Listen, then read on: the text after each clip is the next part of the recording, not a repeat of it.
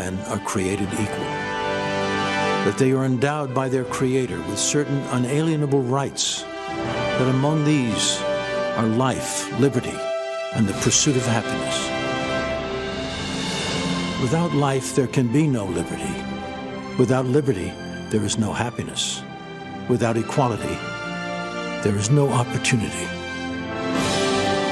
America has strived since its founding to promote equality under the law, to correct injustices, and to ensure opportunity for all. It is a work in progress, not always perfect. Some look at American opportunity and see only problems. They want equal outcome, not equal opportunities. They criticize without solutions, demand wealth without work.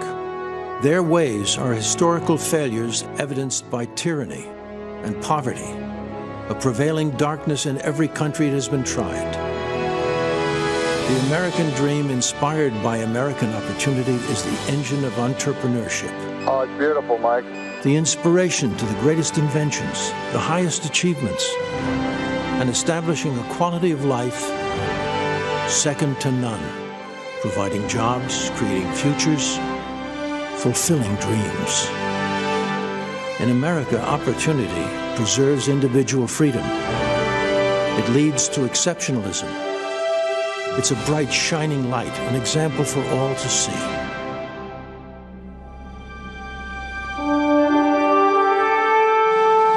Tonight, we explore together America, land of opportunity.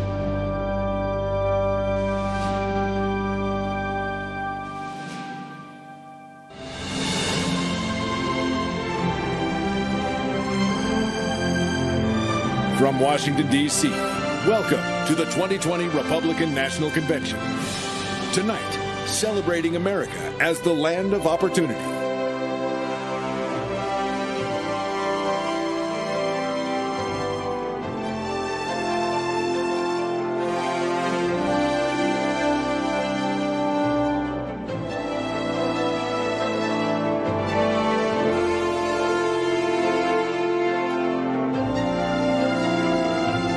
I'm going to invite you to join your faith with mine, and let's pray in agreement. Lord, we come before you to ask for your spirit of peace to come over hurting communities in Wisconsin tonight. We pray for healing and comfort to Jacob Blake and his family. We pray for your protection over those who put their lives in harm's way to bring safety and security to our streets. We pray that the truth and justice will be at the heart of all decisions that are made by our leaders, and that we as a people will seek reconciliation with you as we do the same with each other. Thank you, Lord, for your goodness over our lives, for your blessing over our nation, for your guiding hand over every person that calls the United States of America their home. Lord, we thank you for all that have gone before us and have sowed seeds of sacrifice for our freedom, for our prosperity, and for our peace. Those that gave their lives so that we could live and achieve the American dream. Your word declares in 2 Corinthians, where the Spirit of the Lord is, there is freedom. This country was founded by the people for their God. Liberty, freedom, equality, it's what we want in our country. Lord, we invite you into our homes, into our lives. Give us revelation that will overthrow any enemies that stand against us so that we will be victorious in this next season. We need you. Let your kingdom come. Let your will be done on earth as it is in heaven. We surrender to your plans and purpose for our lives. We ask, bring heaven down to earth over every person here and all those watching today.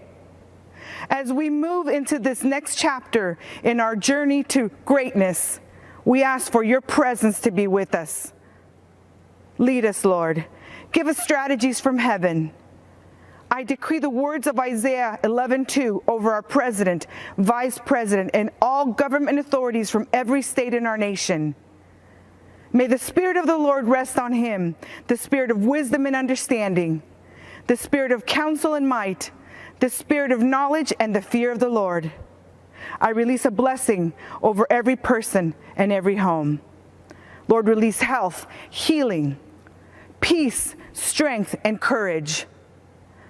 Let us stand together in unity as we embrace another chapter on our journey to greatness.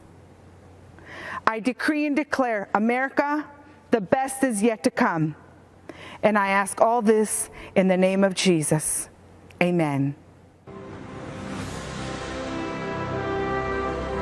I pledge allegiance to the flag of the United States of America and to the republic for which it stands, one nation, under God, indivisible, with liberty and justice for all.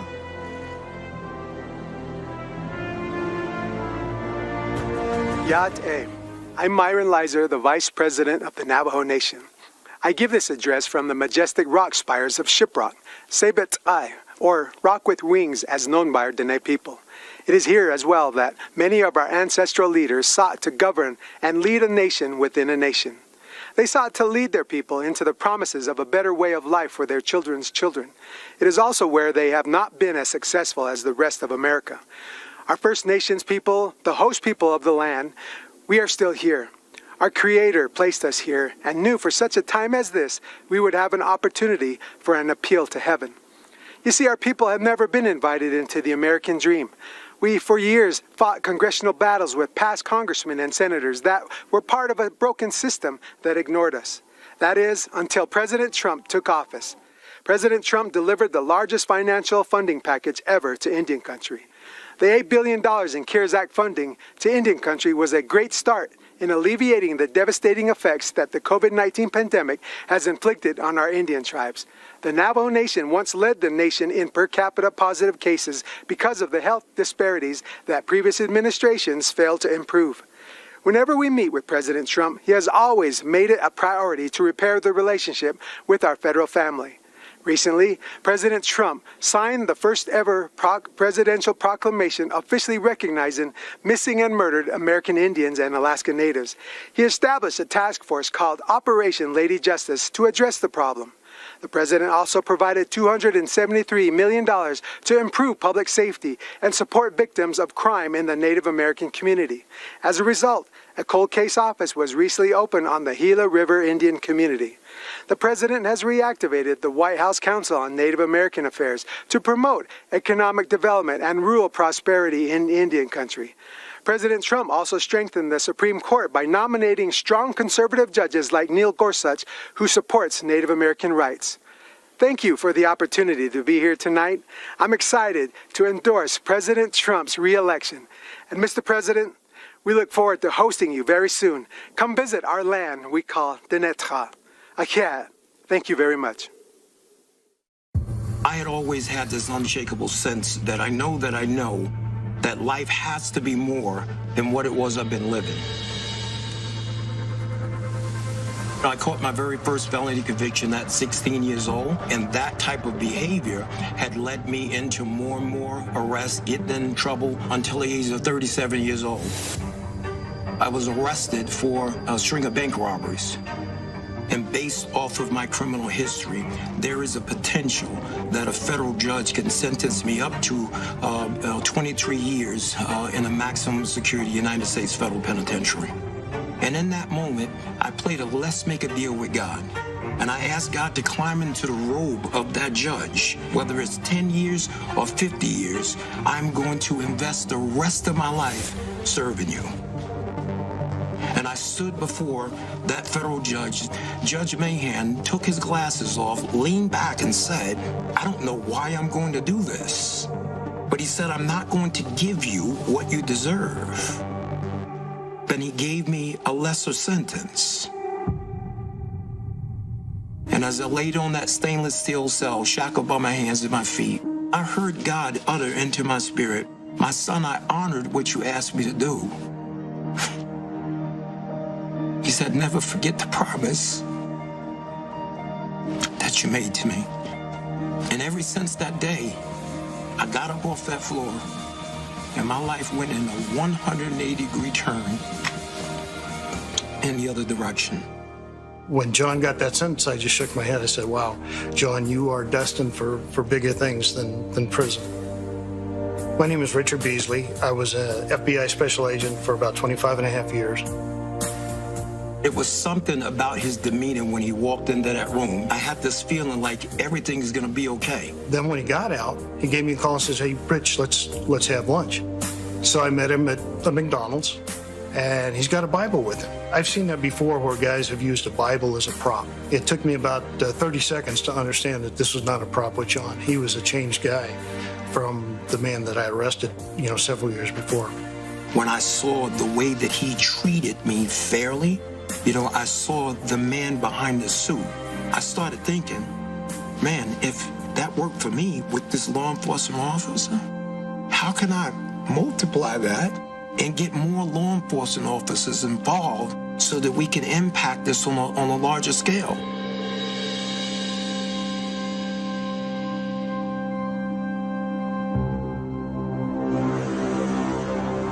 President Trump, he had made a bunch of promises. Let me just be transparent. When he first started talking about the things he was going to do, I'm sitting there going, wait a minute here. I mean, is he serious? Because everything he was saying that he wanted to do was the stuff that needs to be done.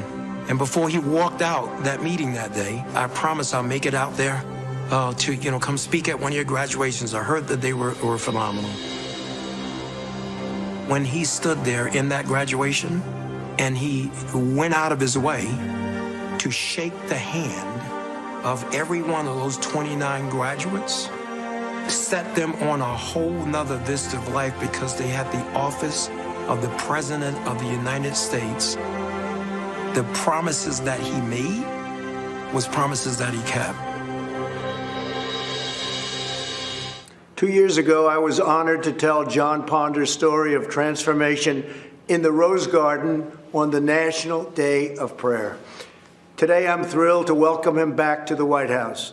John's life is a beautiful testament to the power of redemption. John grew up without his father. As he tells it, my mother was strong, but she wasn't able to keep us out of the gangs and off of the streets, and they were violent streets. At the age of 38, he was arrested for bank robbery. While John was in prison, he began reading the Bible and listening to Christian radio. One day he heard Reverend Billy Graham on the radio proclaim, Jesus wants to be Lord of your life. On that day, John dedicated his life to Christ. He spent the rest of his time in prison studying the Bible. When he was released, he heard a knock at his door. It was the officer who put him in jail, FBI Special Agent Richard Beasley, who said, I want you to know that I've been praying for you. Now, Richard and John are best friends, and we are grateful that Richard is here with us today. In the last 10 years since John was released, he has created one of the most successful reentry programs, Hope for Prisoners in Las Vegas. I was glad to speak there earlier this year. As John says, Hope for Prisoners is a movement that began as a dream in a tiny prison cell and is now making a difference in the lives of thousands, truly bringing hope that there is an opportunity and a community that is waiting and willing to offer them a second chance. John, we honor your devotion to showing returning citizens that they are not forgotten. We believe that each person is made by God for a purpose. I will continue to give all Americans, including former inmates, the best chance to build a new life and achieve their own American dream, and a great American dream it is. Now I'd like to ask John and Richard to say a few words. I can't tell you how grateful I am to have the opportunity to speak here today. Not so long ago, my life was running from the police, fearing the police, and avoiding the police. Not because of anything that the police had done to me personally, but due to the animosity I had allowed to grow inside of me, making me believe that they were my enemy. But today, praise God, I am filled with hope. A proud American citizen who has been given a second chance. My transformation began in a prison cell where I found myself a 3-time convicted felon facing yet another sentence. I gave my life to Jesus and made him a promise that I would spend the rest of my days helping others like me. My first help and support came from the unlikeliest of places, the FBI agent who arrested me, Richard Beasley. He is now a dear friend and has been a source of encouragement to me throughout my entire journey. I am grateful for the men and women of the Las Vegas Metropolitan Police Department who volunteer their time to people who are returning to our local community after incarceration. These are the real-life heroes who put their lives on the line every day, armed with the promise that they made to protect and to serve, have made a tremendous impact in the lives of men and women reintegrating back into our society. My hope for America is that formerly incarcerated people will be afforded the opportunity to take advantage of the fact that we live in a nation of second chances. My hope for America is that law enforcement and people in the communities across our country can come together and realize that as Americans, we have more in common than we have differences. My hope for our great nation is to continue on this path we are on of being the most prosperous country in the world. I'm so proud of John with his life's turnaround and for all the lives that he's helped to change. It may be hard to believe that as a retired FBI agent, one of my best friends is a person I arrested for bank robbery. When I met John 15 years ago, he was angry, scared, frustrated, and anxious about his future. On the drive to prison, I stopped at a convenience store and bought John a coffee and a donut. After he was sentenced, John sent me a necktie and a note thanking me for treating him like a gentleman. 5 years later, when he got out of prison, John called me and wanted to meet for lunch. He was a different man. He talked about starting a reentry program for men and women coming out of prison. Over time, John earned the trust and respect of the law enforcement community, many of whom volunteer in John's Hope for Prisoners program. I'm grateful for President Trump's commitment to criminal justice reform. On February 20th of this year, he was the guest speaker at the Hope for Prisoners graduation. He stayed much longer than scheduled to hand out diplomas to the 29 men and women who graduated that day. What a sight. The most important man in the free world shaking hands and pledging his administration's support to ex-offenders. Their families were there, the community was there. What a great second chance. I also appreciate President Trump's support for law enforcement. I always felt like I had strong support as an FBI agent, but there's nothing worse than knowing you're being second-guessed when you're doing your job. In certain parts of our country right now, law enforcement doesn't feel like they have the support from their local leaders. They're being painted with a broad brush, unfairly, with calls for defunding. But as President Trump knows, the overwhelming percentage of law enforcement officers are good, smart people who are doing their jobs very well. And they can change the world working with people like John. Thank you. So now I'd like to invite John's wife, Jamie, to join us as I grant John, I'm not sure you know this, a full pardon. So I don't know if you know that, Jamie. Come on over here. It's just an honor. And you have done incredible work. Thank you, sir. And all of Las Vegas and all of Nevada and all of every place in this country is very proud of you. The job you've done, bringing people back. And you're right, I was supposed to be there for 5 minutes. I stayed for an hour and a half because it was so interesting to me. Congratulations to both. Thank you, sir. Thank you. Richard, thank you very much for the job you do. Thank you, Mr. Fantastic. Thank you. Thank you.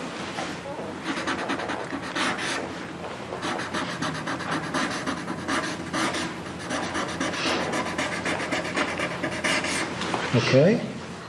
I think I'll give it to Jamie. What do you think?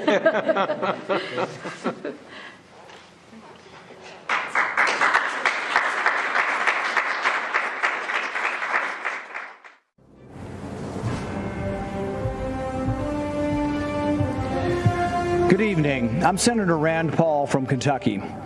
Donald Trump and I met many years ago, before he was running for anything. When I first met him, I recall being struck by how down-to-earth he was. He seemed like just a normal guy. Okay, a normal guy with his own plane and helicopter, but who's counting? I was planning a medical mission trip to Guatemala to perform charity eye surgeries, and we needed money to fund the trip. Donald Trump offered to help and immediately came through for us. Not only did he support my medical mission to Guatemala, but he also contributed to another mission trip to Haiti a year later. We performed hundreds of cataract surgeries in both countries. Nothing is more amazing than removing the bandages from a person's eyes and watching them as they see their loved ones again. Donald Trump helped me make that happen. A few years later, we were opponents, both running for president, and we all know how that turned out. But I'm proud of the job Donald Trump has done as president. I don't always agree with him, but our occasional policy differences are far outweighed by our significant agreements. But more important than simple agreement is accomplishment. President Trump gets things done. When some in Congress wanted a so-called revenue-neutral tax plan, Donald Trump and I worked together to make sure that it was a true tax cut. I brought President Trump an idea for better, less expensive health insurance called Association Health Plans. Donald Trump overturned years of red tape and bureaucrats, and he made it happen. While others talked about criminal justice reform, President Trump actually signed the First Step Act, the first real reform in a generation, and one that sought to undo the harm that others, like Joe Biden, have done. For those of us who lament the Biden crime bill that locked up a generation of young black men, remember that Biden bragged about a bill that still wreaks havoc among people of color. I'm supporting President Trump because he believes, as I do, that a strong America cannot fight endless wars. We must not continue to leave our blood and treasure in Middle East quagmires. I flew with him to Dover Air Force Base to honor 2 soldiers whose remains were coming home from Afghanistan. I'll never forget that evening. I can tell you the president not only felt the pain of these families, but that the president is committed to ending this war. President Trump is the first president in a generation to seek to end war rather than start one. He intends to end the war in Afghanistan. He is bringing our men and women home. Madison once wrote, "No nation can preserve its freedom in the midst of continuous warfare." I'm proud to finally see a president who agrees with that. Compare President Trump with the disastrous record of Joe Biden, who has consistently called for more war. Joe Biden voted for the Iraq War, which President Trump has long called the worst geopolitical mistake of our generation. I fear Biden will choose war again. He supported the war in Serbia, Syria, Libya. Joe Biden will continue to spill our blood and treasure. President Trump will bring our heroes home. If you hate war like I hate war, if you want us to quit sending $50 billion every year to Afghanistan to build their roads and bridges instead of building them here at home, you need to support President Trump for another term. So to our soldiers and their families, join me in supporting President Trump. To those of you who want lower taxes and better, less expensive health care, join me in supporting President Trump. To those of you who want to stand up and fight the socialists poisoning our schools and burning our cities, join me in supporting President Trump. Let's rebuild America together.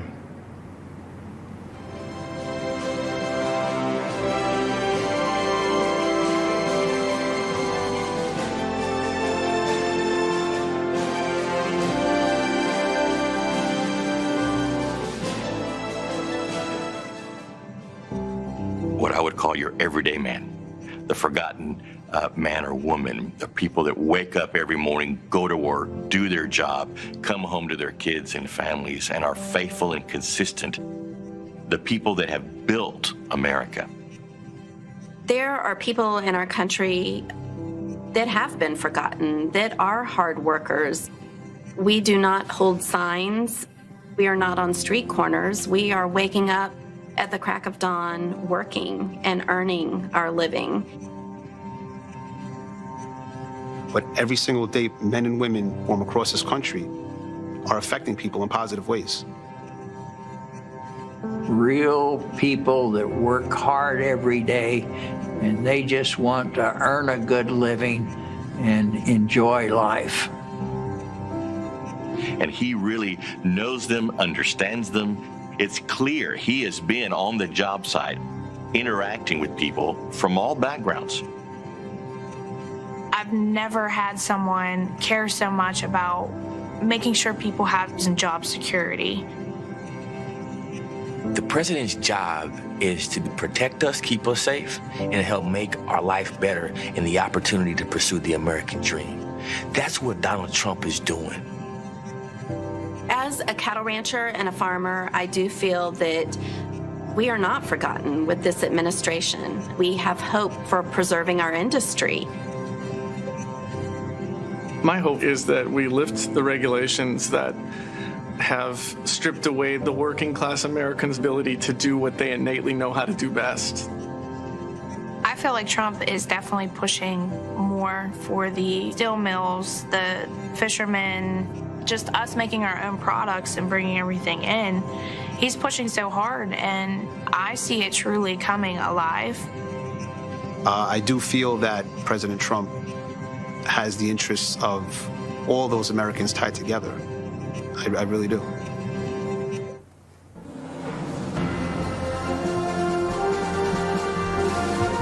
Good evening. My name is Jason Joyce, and I'm an 8th-generation lobster fisherman from Swans Island, Maine. I make my living from lobster fishing, oyster farming, and providing eco-tours in the beautiful waters near Acadia National Park, where I have over 200 years of family history. I have to confess, I didn't support Trump in 2016. Skeptical that he shared my conservative views, I expected him to flip-flop on his campaign promises. But he has followed through on his promises, including last week when he brokered a deal to end European Union tariffs of 8% on Maine live lobsters and up to 20% on Maine lobster products, which is great news for Maine's lobstermen and women. I live on an island with 370 residents, and lobstering is how we provide for our families. Maine's lobstermen are true environmentalists. We practice conservation every day. If we didn't, we'd be putting ourselves out of business. 4 years ago, the Obama-Biden administration used the Antiquities Act to order thousands of square miles of ocean off limits to commercial fishermen. They did it to cater to environmental activists. Although Maine's lobstermen don't fish there, Obama's executive order offended us greatly. It circumvented the Fisheries Council's input. President Trump reversed that decision, reinstating the rules that allow stakeholder input, and he supports a process that seeks and respects fishermen's views. As long as Trump is president, fishing families like mine will have a voice. But if Biden wins, he'll be controlled by the environmental extremists who want to circumvent long-standing rules and impose radical changes that hurt our coastal communities. I strongly support President Trump's re-election. When he sees something isn't right, he's fearless in fixing it. He listens to working people. He nominates judges who respect the Constitution and the right to life. He keeps his word, like eliminating the European tariffs and moving the U.S. Embassy from Tel Aviv to Jerusalem. I hope you will join me this time in voting for President Trump. Stand up for your country. Thank you.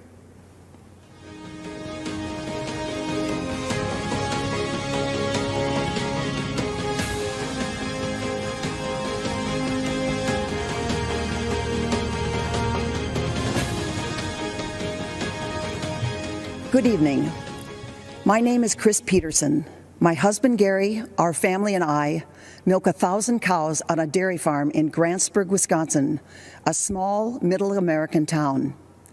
Truth be told, until I married my cute farmer from Grantsburg a long time ago, I was a city slicker from Minneapolis, which is about 70 miles south of us. Donald Trump became president in the middle of the Great Depression for dairy farmers in Wisconsin. In 2016, prices were horrible, and longtime generational farms across the nation were going out of business. In 2017, our 120-year-old barn, which served as our milking center, caught fire and burned to the ground. Our cows were spared, but because they needed to be milked 3 times a day, farmers, friends, and complete strangers from all over northern Wisconsin helped haul them to other farms where they stayed until we could rebuild. By the end of 2018, we had a new state-of-the-art robotic milking facility that allows our cows to milk themselves 3 times a day. At about the same time, President Trump's economic boom began helping dairy farmers across the nation. As a businessman, President Trump understands that farming is a complicated, capital-intensive, and risky business. More than any president in my lifetime, he has acknowledged the importance of farmers and agriculture. That support and focus on negotiating new trade deals gave us the confidence to rebuild our barn and dairy operation. Business was booming again, and business boomed right until the COVID-19 shutdown in March. Many people probably don't realize that our country is one of the few in the world that produces nearly all of its own food. Fewer still understand how close our food production and distribution system came to collapsing this past spring. But President Trump understood and again took steps to provide the supports we needed. President Trump took the necessary action knowing that agriculture is our backbone and strength, critical to our national security. Our entire economy and dairy farming are once again roaring back. One person deserves the credit and our vote: President Donald J. Trump.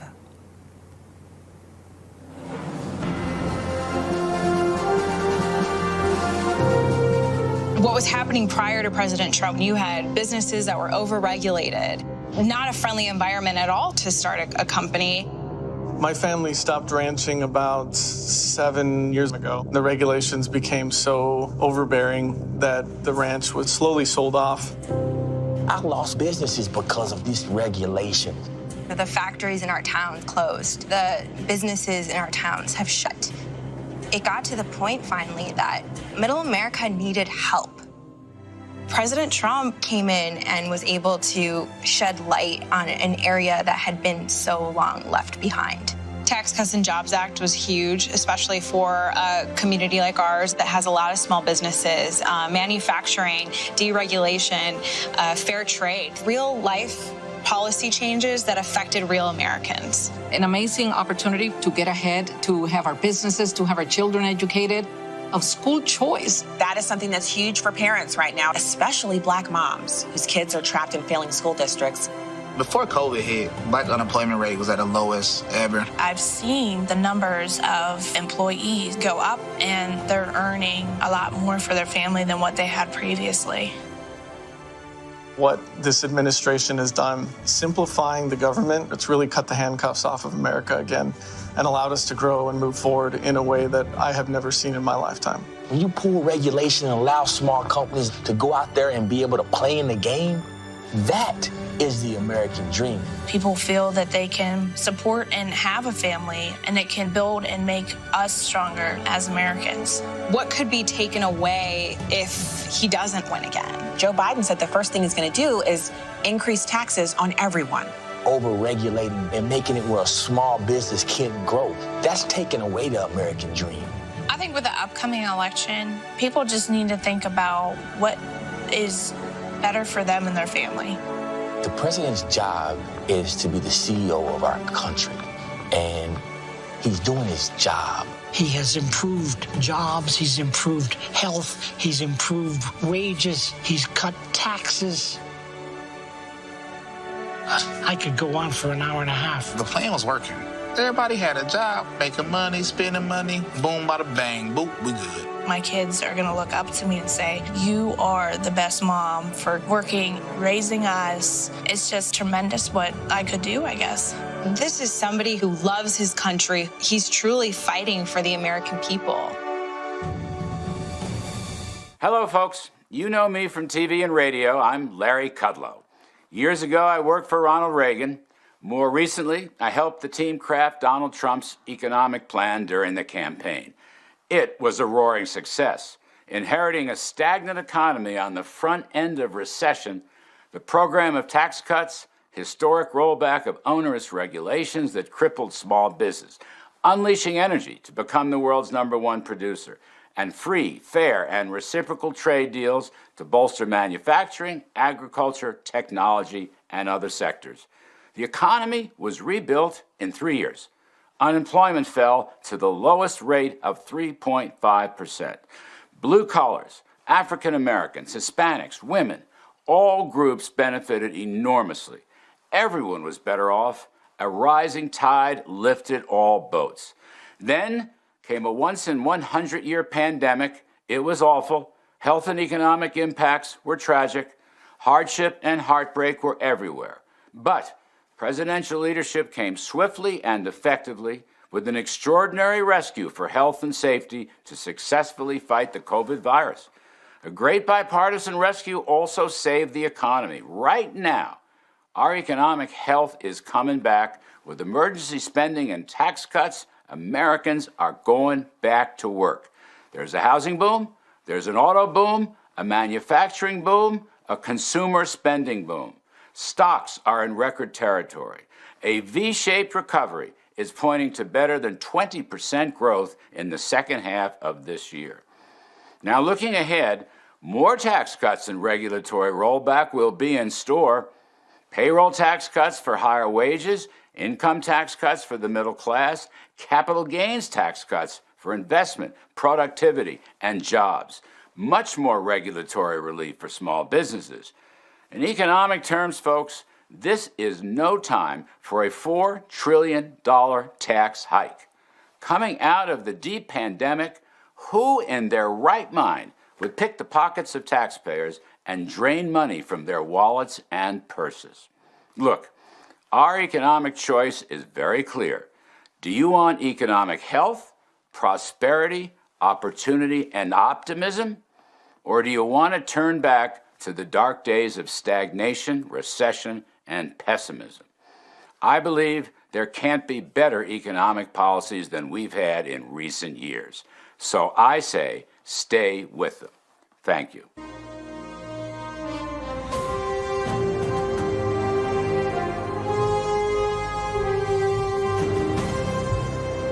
I'm John Peterson, owner of a second-generation metal fabrication business called Schutte Metals. We've been stamping our products and services made in the USA since 1957. My brother and I purchased the business from my uncles almost 38 years ago. What was a 12-person shop has now grown into a company employing 165 people today. Like most companies that are successful over the long run, we had to reinvent ourselves as the market changed. 6 years ago, we invested heavily in our business, just as a great recession appeared. Barack Obama and Joe Biden, two career politicians who knew nothing about business, couldn't get the government out of our way, and it put our business in a tailspin. Sadly, we were forced to make decisions which included cutting staff, a torturous experience when our employees are like family. The Obama-Biden era banking regulations left us no choice. It tied our lenders' hands, and it deprived us of the lifeblood of our business, capital. We scratched and we clawed for 2 years, and then everything changed. Donald Trump was elected president, and he knew what it was like to build a company and create jobs. One of the first things he did was to cut red tape and put an end to draconian-type banking regulations. He also cut taxes on small businesses, allowing us to be more competitive both domestically and internationally. In fact, we increased revenues by 25% for 2 years in a row. By getting rid of the job-killing NAFTA and negotiating the U.S.-Mexican-Canada trade agreement, President Trump ensured a more competitive playing field for American companies. Even with all the challenges presented by the coronavirus, President Trump is rebuilding, and our economy is roaring back again. But when I hear that Joe Biden is ready to raise taxes, crush us with regulations, and weaken our international trade position, I shudder. We simply cannot endure a Biden-induced recession. Some will struggle, some will not survive, and working men and women of America will get crushed yet again. This is not time to hand our government over to a washed-up career politician who will be nothing but a puppet of the radical left Democrats. As a lifelong resident of Wisconsin, I'm a fan of the Badger football team. Many may not realize that the Wisconsin Badgers and the president share 3 common qualities. They are smart, they're tough, and they're dependable. And as a businessman, I can tell you that those qualities we need in our country's leader, and that's why we need to re-elect Donald J. Trump. Thank you, and God bless America.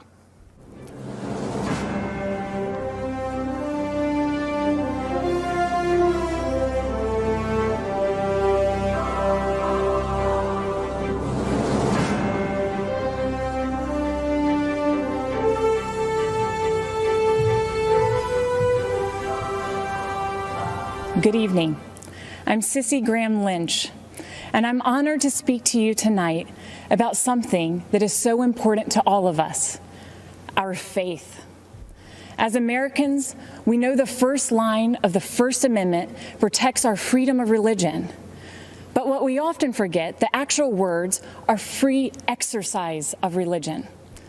That means living out our faith in our daily lives, in our schools, in our jobs, and yes, even in the public square. Our founders did not envision a quiet, hidden faith. They fought to ensure that the voices of faith were always welcomed, not silenced, not bullied. But during the Obama-Biden administration, these freedoms were under attack. Democrats tried to make faith organizations pay for abortion-inducing drugs. Democrats tried to force adoption agencies to violate their deeply held beliefs. Democrats pressured schools to allow boys to compete in girls' sports and use girls' locker rooms. Those are the facts. But then, we, the people, elected Donald Trump. People of faith suddenly had a fierce advocate in the White House.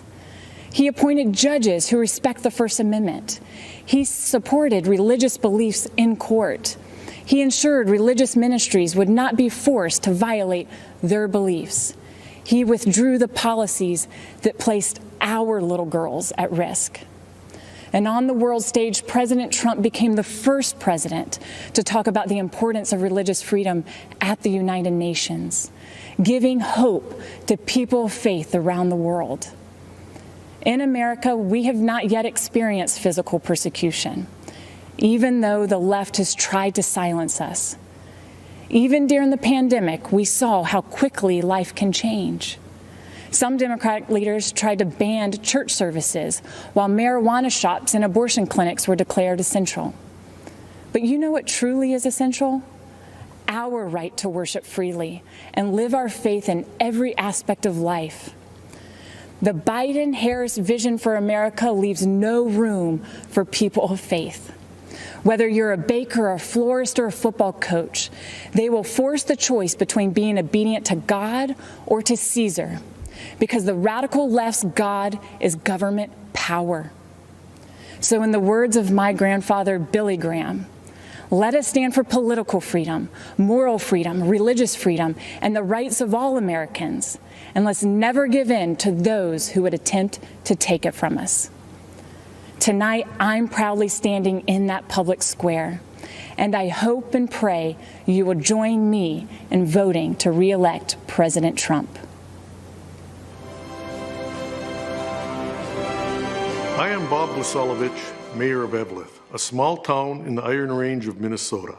My father and grandfather earned their livings mining the raw materials that made the steel that built America.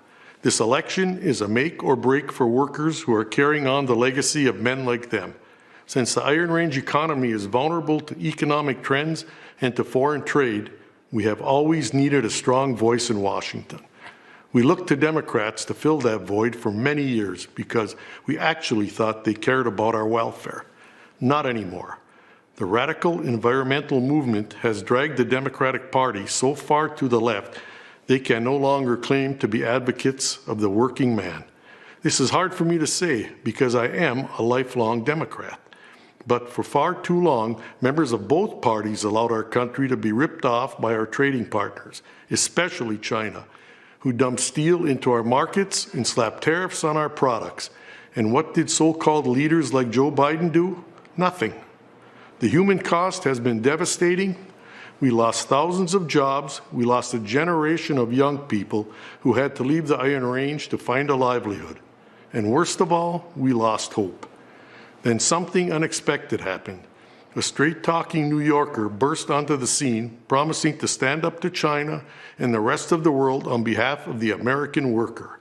4 years later, the Iron Range is roaring back to life, and we have one man to thank, President Donald Trump. He made good on his promises by cutting our taxes, rolling back senseless regulations, and delivering trade deals that put America's interests first. But the fight is not over. Joe Biden has allowed radicals like AOC to craft his environmental policies. Their so-called Green New Deal is a job-killing disgrace dreamt up by people who don't live in the real world. But Biden is too weak, too scared, and too sleepy to stand up to the radical left. He has been doing nothing in Washington for 47 years. Why would year 48 be any different? President Trump won't back down to anybody. He delivered the best economy in our history, and he will do it again for all of us. The Iron Range's economic future and survival is at stake, and so is America's. We know we can count on President Trump to fight for us and win. Let's make sure he wins on November 3rd. God bless America.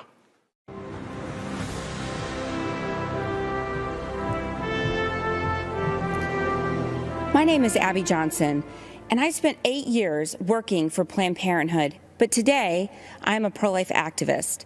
When I was in college, Planned Parenthood approached me at a volunteer fair.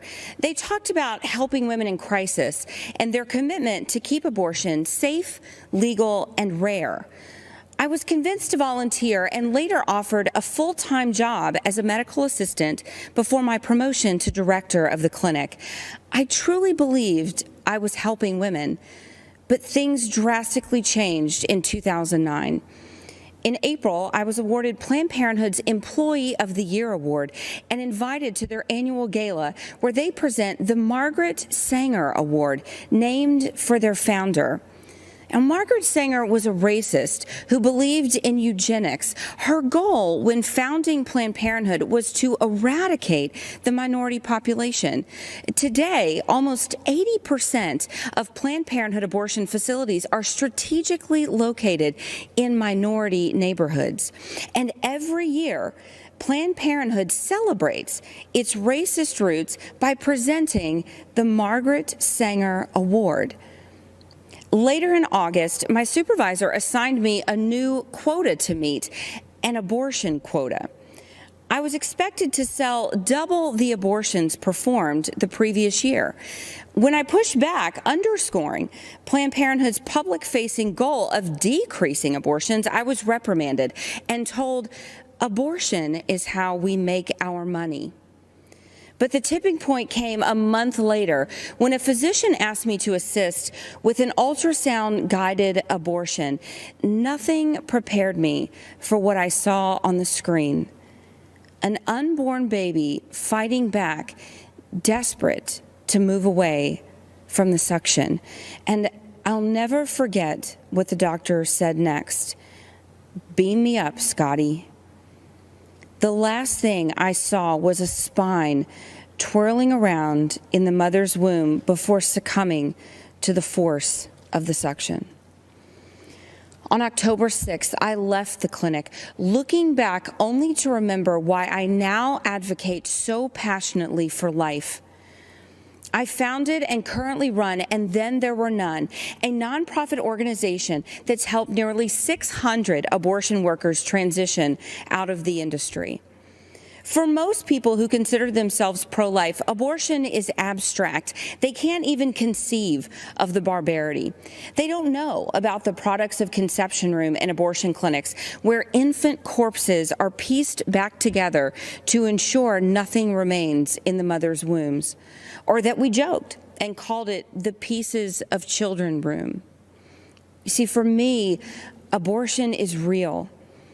I know what it sounds like. I know what abortion smells like. Did you know abortion even had a smell? I've been the perpetrator to these babies, to these women, and I now support President Trump because he has done more for the unborn than any other president. During his first month in office, he banned federal funds for global health groups that promote abortion. That same year, he overturned an Obama-Biden rule that allowed government subsidy of abortion. He appointed a record number of pro-life judges, including 2 Supreme Court justices, and importantly, he announced a new rule protecting the rights of healthcare workers objecting to abortion, many of whom I work with every day.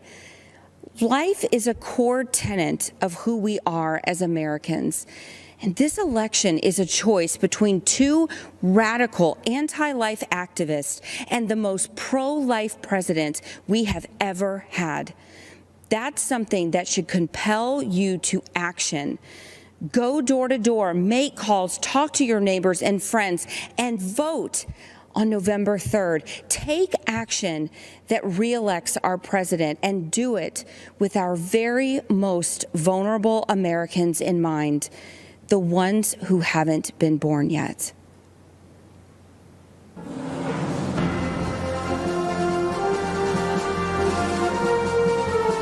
It began as a class trip to join thousands for the annual March for Life. These Catholic young men traveled from Kentucky to stand up for what they believed in. But what happened was something very different. Crackers with Make America Great hat on. You little dirty crackers, your day coming. Young Klansmen, look at our Make America Great Again hat. Social media, the news, and even celebrities launched a campaign of persecution that was completely false against a boy in a Make America Great Again hat. The MAGA hat carries a certain connotation that provokes a conditioned reaction. I blame that kid. What a little crap. Everyone that sees that smug look wants to punch that kid. Nicholas Sandmann received death threats, and his school was forced to close. Tonight, Nicholas tells his story. Good evening, everyone. My name is Nick Sandmann, and I'm the teenager who was defamed by the media after an encounter with a group of protesters on the steps of the Lincoln Memorial last year. Before I begin, I'd like to thank President Trump for the opportunity to share some of my story and why it matters so much to this November's election. In 2019, I attended the March for Life in Washington, D.C., where I demonstrated in defense of the unborn. Later that day, I bought a Make America Great Again hat because our president, Donald Trump, has distinguished himself as one of the most pro-life presidents in the history of our country, and I wanted to express my support for him too. Looking back now, how could I have possibly imagined that the simple act of putting on that red hat would unleash hate from the left and make myself the target of network and cable news networks nationwide? Being from Kentucky, the birthplace of Abraham Lincoln, my classmates and I visited the Lincoln Memorial.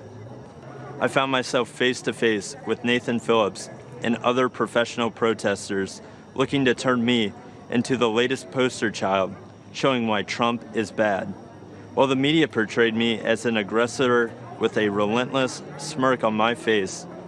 In reality, the video confirms I was standing with my hands behind my back and an awkward smile on my face that hid two thoughts. One, don't do anything that might further agitate the man banging a drum in my face.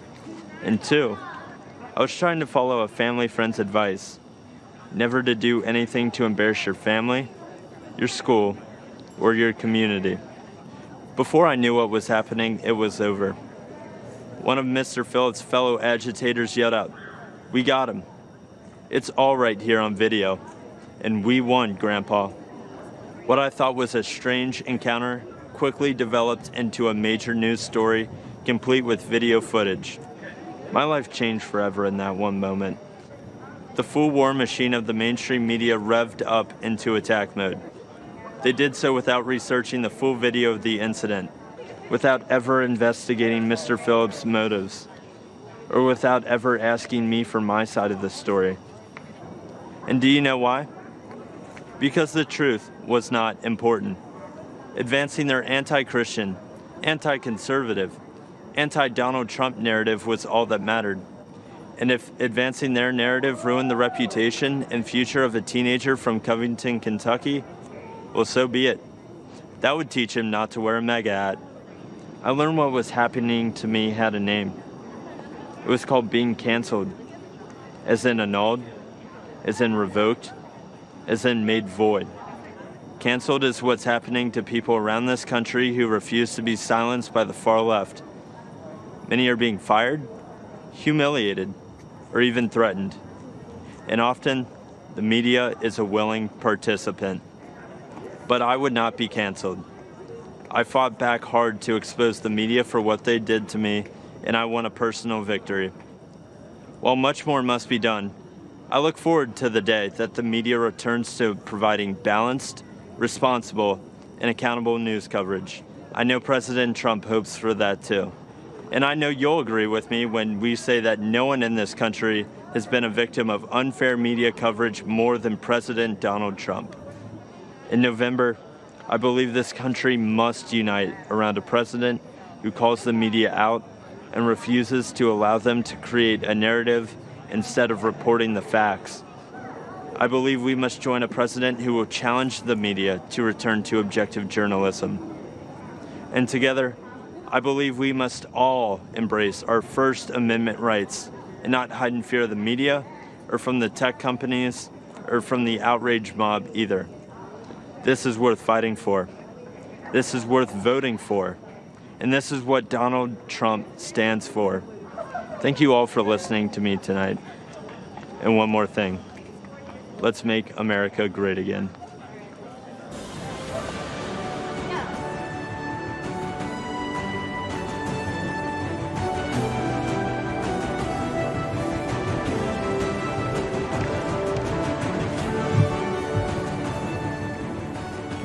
I'm Pam Bondi. Our party's theme tonight is America, the Land of Opportunity. And listening to the stories of discoveries and deliverance, you can't help but be proud to call this country home. But for Joe Biden, it's been the land of opportunism, not opportunity. As a career prosecutor and former Attorney General of Florida, I fought corruption, and I know what it looks like, whether it's done by people wearing pinstripe suits or orange jumpsuits. At the Democrats' convention, we were told to look at Joe Biden as the model of integrity.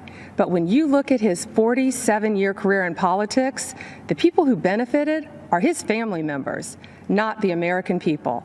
Let's take a closer look. We all know about Joe's son, Hunter Biden.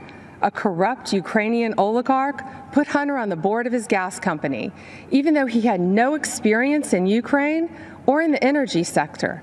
None. Yet he was paid millions to do nothing. He only had one qualification that mattered. He was the son of the man in charge of distributing U.S. aid to Ukraine. And recently reported information revealed that a few months after Hunter Biden joined that corrupt company's board, the Obama-Biden State Department began doing business with them, even when it remained under investigation for corruption. And it gets worse. That very same company was being investigated by a Ukrainian prosecutor. Joe Biden, the Vice President of the United States, threatened to withhold aid to Ukraine unless that same prosecutor was fired. And then he was fired. Hunter only resigned from that board just before his dad announced his campaign for president. Now let's talk about China. Fact: Joe Biden flew to China on Air Force Two with Hunter along for the ride. They said he was just there as a family member, but we know that's untrue. In Beijing, Hunter didn't just go sightseeing. He had meetings with his Chinese bank partners. Hunter even arranged for his dad to meet with one of the partners. 10 days later, those Chinese communist bankers approved millions to go to Hunter's firm. And those bankers work for the Chinese Communist Party, which oppresses their people, cheated American workers for decades, and covered up a deadly virus. To this day, Hunter controls a 10% stake in that firm. And Joe Biden's done more than look the other way on China. He said, "The Chinese aren't our competition. Come on, man, they're not bad folks." Come on, Joe. Talk to the folks in Middle America who lost countless jobs to China while your son was getting rich with them. But there's more. Fact: there have been numerous press reports that have shown other close Biden family members benefited from Joe's 47-year political career. Joe Biden was point person on Iraq. The president of a construction firm met with Biden's team in the White House, and then who did they hire to build thousands of houses in Iraq? Joe Biden's close family member, who, you guessed it, had no experience in the industry and no experience in Iraq. A company official bragged that it helps to have a family member, the vice president, as partner. The family member put it more bluntly by saying, there's a line of 747s filled with cash ready to invest. Now let's follow the money down south. Again, as reported in the press, yet another close family member of Joe's set his sights on Costa Rica and Jamaica, where millions of dollars flowed from the Obama-Biden administration in taxpayer-backed loans to projects linked to, yes, that same family member. These aren't isolated incidents. It is a deliberate pattern of conduct. And that's just what he did as vice president. Imagine what he'd do as president. How many American families would be allowed to get away with this? Why should there be one standard for the elite political class and another set of rules for the rest of us? When millions of Americans voted for Donald Trump, they knew he'd be different, and he is. He's a tough, no-nonsense outsider who can't be bought or intimidated. He won't even take a paycheck from the American people. He donates his paycheck to charities across this country. Democrats have been lecturing America about integrity for 4 years, while their nominee has been writing the textbook on abuse of power for 40 years. If they want to make this election a choice between who's saving America and who's swindling America, bring it on. Joe says he'll build back better. Yeah, build the Bidens back better. Our president is in this to build a safer, better, and stronger America, and he will finish what he started to keep this a real land of opportunity for everyone. If you want to check your voting status, secure your ballot, or register to vote, text VOTE to 88022. Remember, the best is yet to come.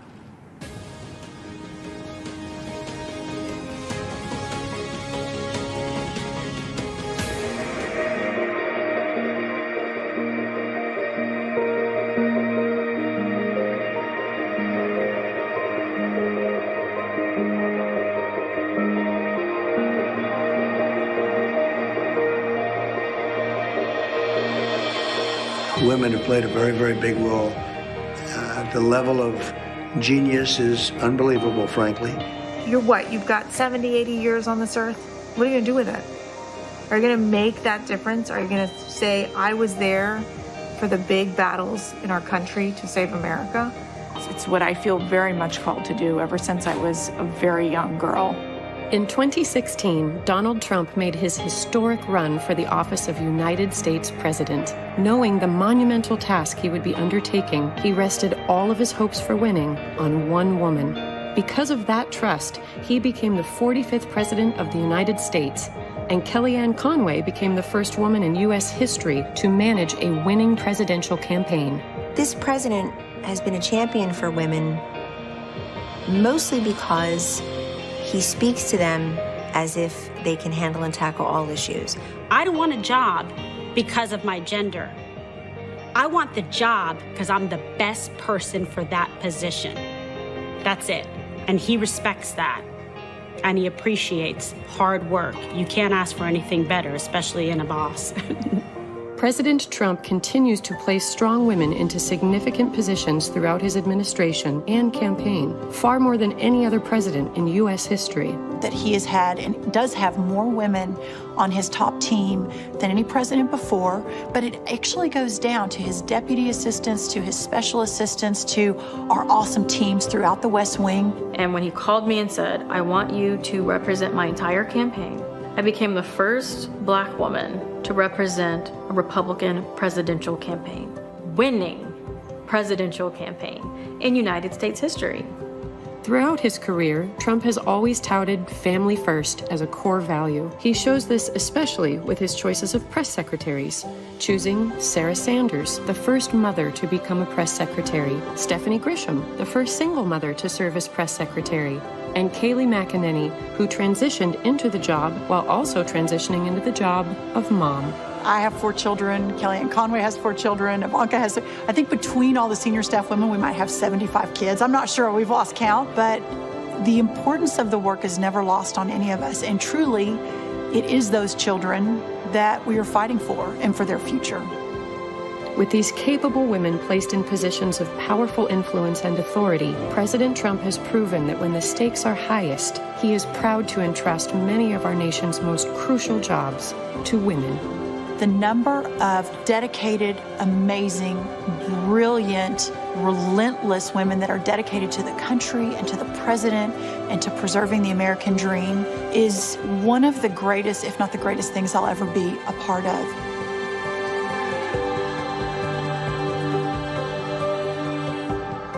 Only the president would say, let's take that stay-home mom and have her run the party. What a smart guy.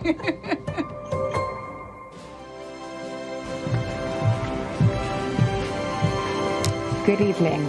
I'm Tiffany Trump. Since speaking at the Republican convention 4 years ago, so much has changed for the world, for our country, and for my family. Like so many students across the world, I graduated from law school during the pandemic. Our generation is unified in the facing the future in uncertain times, and many of us are considering what kind of country we want to live in. As a recent graduate, I can relate to so many of you who might be looking for a job. My father built a thriving economy once, and believe me, he will do it again. This election, I urge each and every one of you to transcend political boundaries. This is a fight for freedom versus oppression, for opportunity versus stagnation, a fight to keep America true to America. I urge you to make judgment based on results and not rhetoric.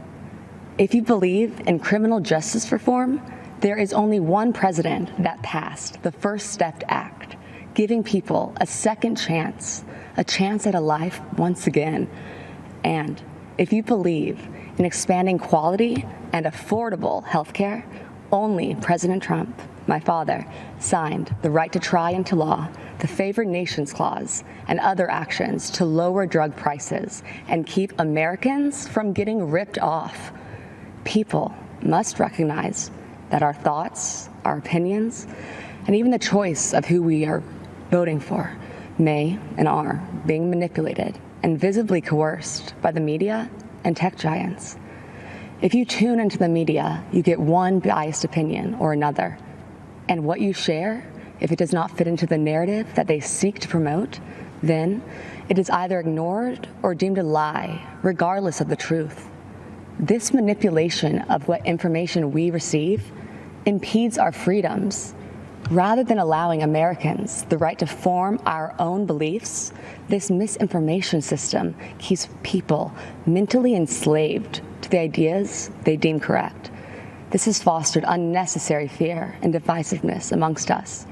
Why are so many in media and technology, and even in our own government, so invested in promoting a biased and fabricated view? Ask yourselves, why are we prevented from seeing certain information?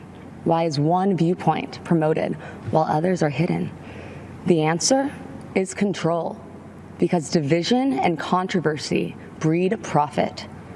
But what are the consequences when only one side of the story gets out, or when only one viewpoint is acceptable? For our education system, it meant sacrificing civil debate by creating an atmosphere where students with contrary opinions are too afraid to speak. Many students find themselves suppressing their beliefs to fit into what the acceptable groupthink is. In short, our nation suffers by inhibiting our diversity of thought and inclusion of ideas. Working together outside of our political comfort zones will accomplish so much more. Some cynical politicians do not seem to believe in the miracle of America? Well, I do. As Maximo Alvarez said so eloquently last night, if freedom is lost in this country, there is nowhere else to go.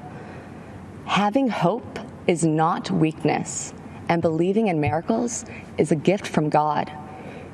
So tonight, I want to tell you the uncensored truth of what we believe in.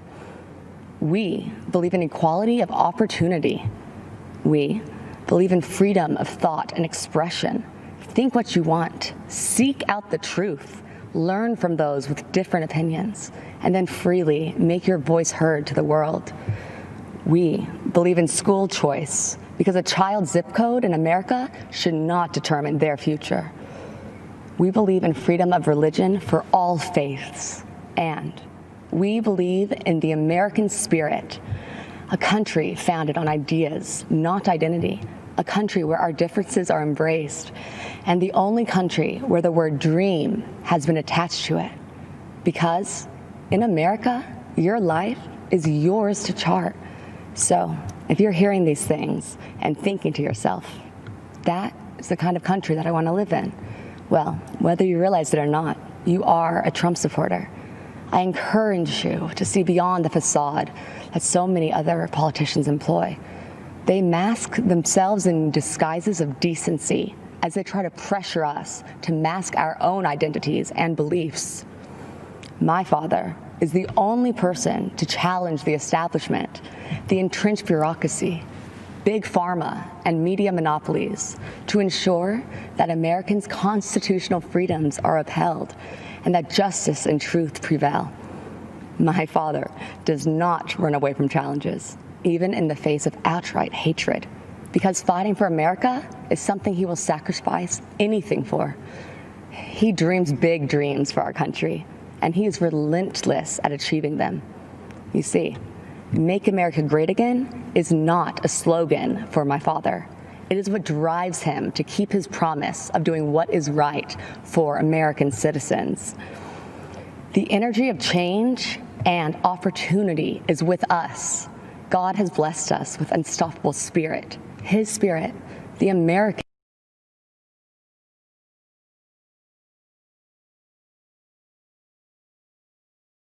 spirit. My dad has proven to be driven by that spirit. He has demonstrated his faith and his uncompromising heart and actions. My father has made me believe that America can truly be great again.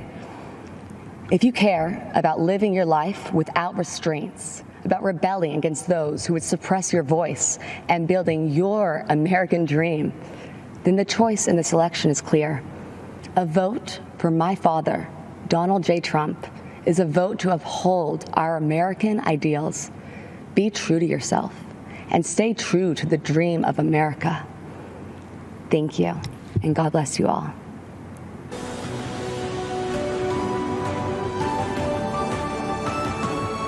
I'm Kim Reynolds, Governor of the great state of Iowa. I love this state, and I'm so proud to serve its people. Iowa truly is a land of opportunity. It's the birthplace of the computer, it's a landmark of the financial services industry, and as so many of you already know, it's filled with farmland that feeds and fuels the world. It's also home to people who care for one another, who work hard, who love this country, and are truly grateful for the freedoms it provides. As I like to say, Iowa is one big small town.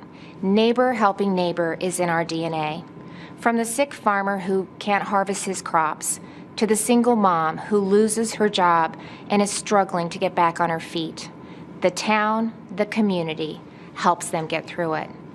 But what happens when a storm rips through almost the entire state?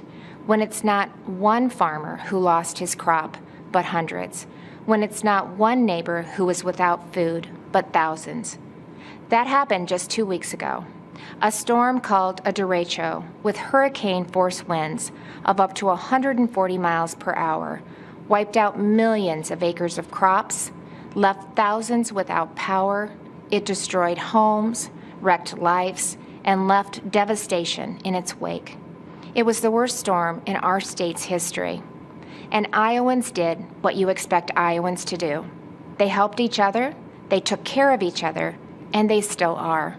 But someone else had our back, our president. When the winds had finished raging and the cleanup had only begun, he showed up. Now, you might not know that because the national media didn't report it, but the Trump administration was here in full force. The day after the storm, the president called to assure me that we had the full backing of the federal government. And later that week, Vice President Pence came to Iowa to again assure us that the president and his administration were behind us. With the help of the Trump administration, we quickly received a major disaster declaration that will help Iowans get back on their feet. The president, he cut through the bureaucracy to do what needed to be done and to do it quickly. But that's not the first time President Trump showed Iowans that we can rely on him. In 2019, when 100-year floods breached nearly every levee and devastated communities large and small along the Missouri River in Iowa, Nebraska, and Missouri, the president approved our request for aid in record time, in just 2 days. Well, this year, he did it in less than 24 hours. So whether it's providing needed relief to farmers who were the target of China's unfair trade practices, hammering out new free and fair trade deals, or fighting for workers and small businesses who were hit hard by COVID-19. We have a president and a vice president who get things done. And because of President Trump and his leadership, our country is able to bounce back from setbacks and see opportunity grow and thrive. This is an administration of action and outcomes. They are delivering every day on their promise to make America great again. And that's exactly why we need to re-elect President Donald J. Trump in November. Thank you, and may God bless the United States of America. America, the land of opportunity, a country where your own resolution to succeed is more important than any other. Abraham Lincoln's words from 165 years ago still resonate today because of who we are and because of what we are. A country where a boy born into poverty in a log cabin, raised right here on the frontier of Indiana, could educate himself, become a lawyer, become a president of the United States who would preserve the Union, abolish slavery, and save the nation.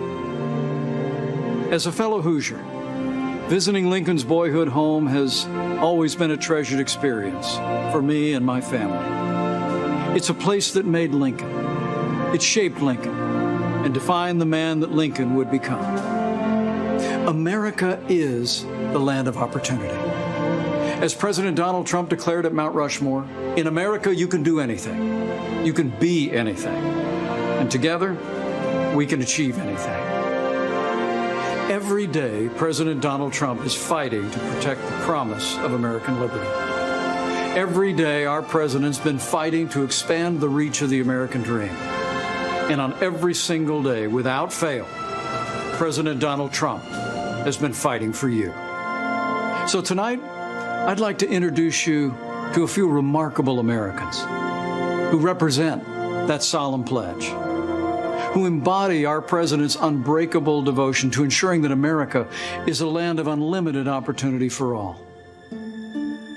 Jack is an 8-year-old from Wisconsin who was struggling academically and socially in school. But Jack's mom, Sarah, who works 3 jobs to support her son, applied for Wisconsin's school choice voucher program. We're glad that we were able to get the school choice voucher to go to that school. With Jack, he would have slipped through the cracks in public schools, and having the option to go to a school that fits him has been a real game changer for us. And I know that because of that opportunity that he's going to succeed and he's going to achieve that goal of being an apparatus engineer, if that's what he chooses to stick with. Laura McClin is a mother of another inspiring boy, Jordan.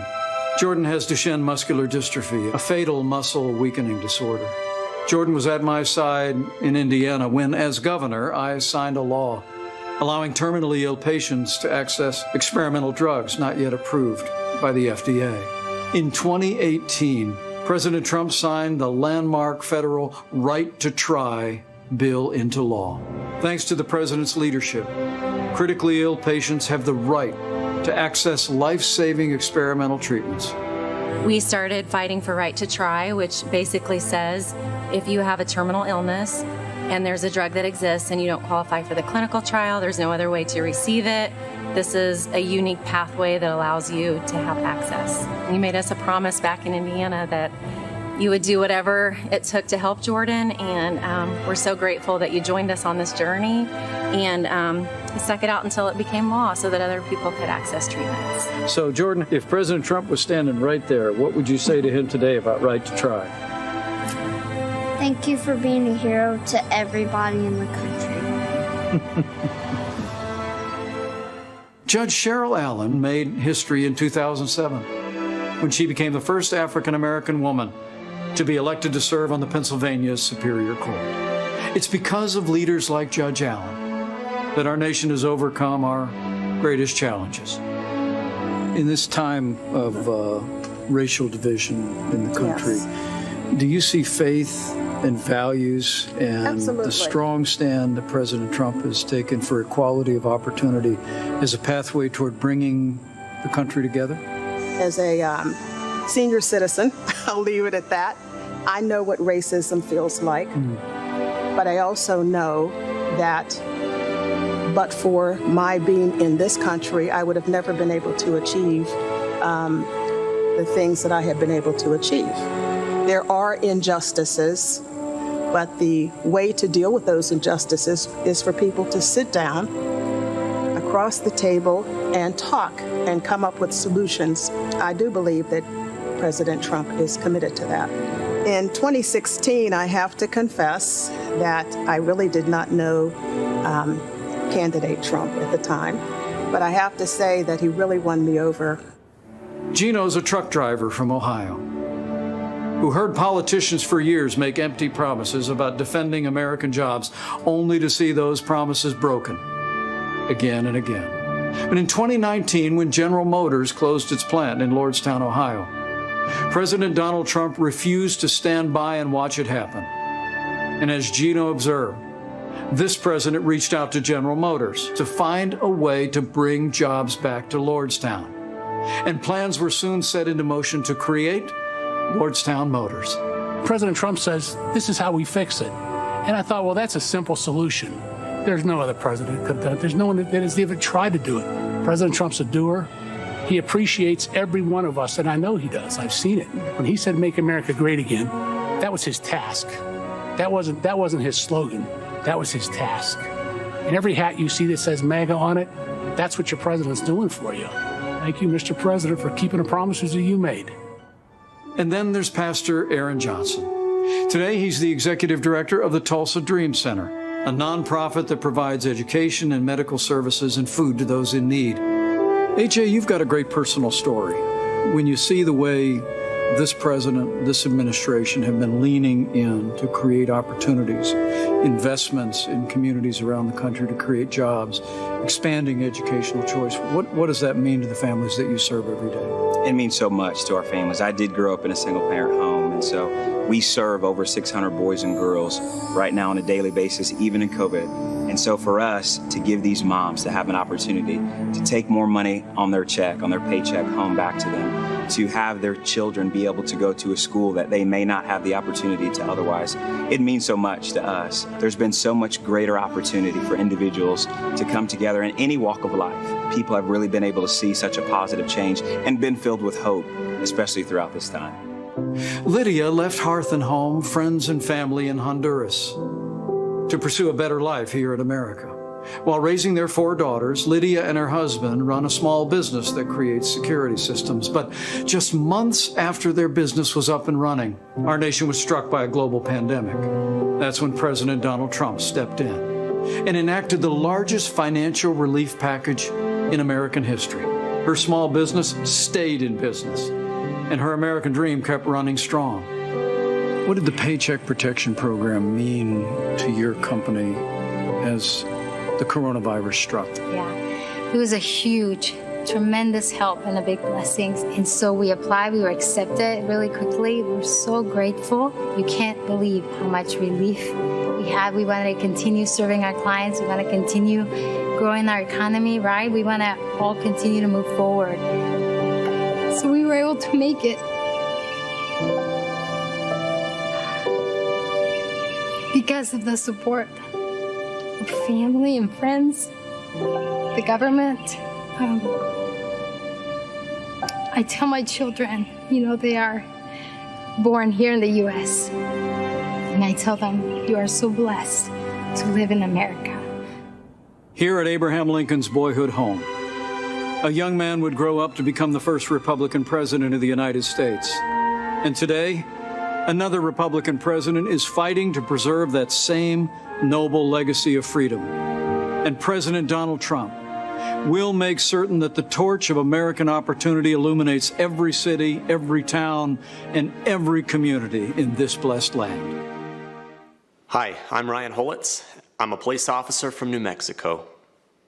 In 2017, I had an encounter that changed my life forever. I had just started my shift and responded to a call for service at a gas station. When I arrived, I saw a man and a woman sitting on a grassy slope. I recognized the telltale signs, a needle, a spoon. I knew immediately that they were preparing to inject themselves with heroin. Sadly, this is a common sight for me. I encounter the ravages of addiction every day. But nothing could prepare me for what I discovered as I approached them. The woman was very pregnant. In my shock, I asked her if she knew that she was harming her baby by doing drugs. She crumbled and burst into tears. Two worlds collided as I knelt down beside her. A police officer and a homeless drug addict, brought together by forces outside of our control. As we talked, our humanity, distinct from our stations in life, was made abundantly clear. Her name was Crystal, and in the midst of her suffering, she confided that she loved her unborn baby. She wanted the best for her child. In that moment, I saw her the way that all of you who know and love an addict see them, as fathers, mothers, brothers, sisters, children, cousins, and friends, as human beings, full of value and dignity, but robbed of their potential by this disease. When Crystal said that she was looking for a family to adopt her baby, God showed me exactly what I had to do. Without hesitation, I told her that my family would welcome her baby through adoption. Today, our beautiful daughter Hope is a thriving 2-year-old. Crystal is fast approaching 3 years of recovery. She is a dear friend and a constant inspiration to me and others. I hold a special place in my heart for those facing opioid addiction, and that's why I'm enormously grateful to the President for his leadership in fighting this deadly enemy. Through his efforts, we're turning the tide on the crisis of addiction. President Trump declared the opioid crisis to be a public health emergency and then secured $6 billion in new federal funding to help Americans fight opioid abuse.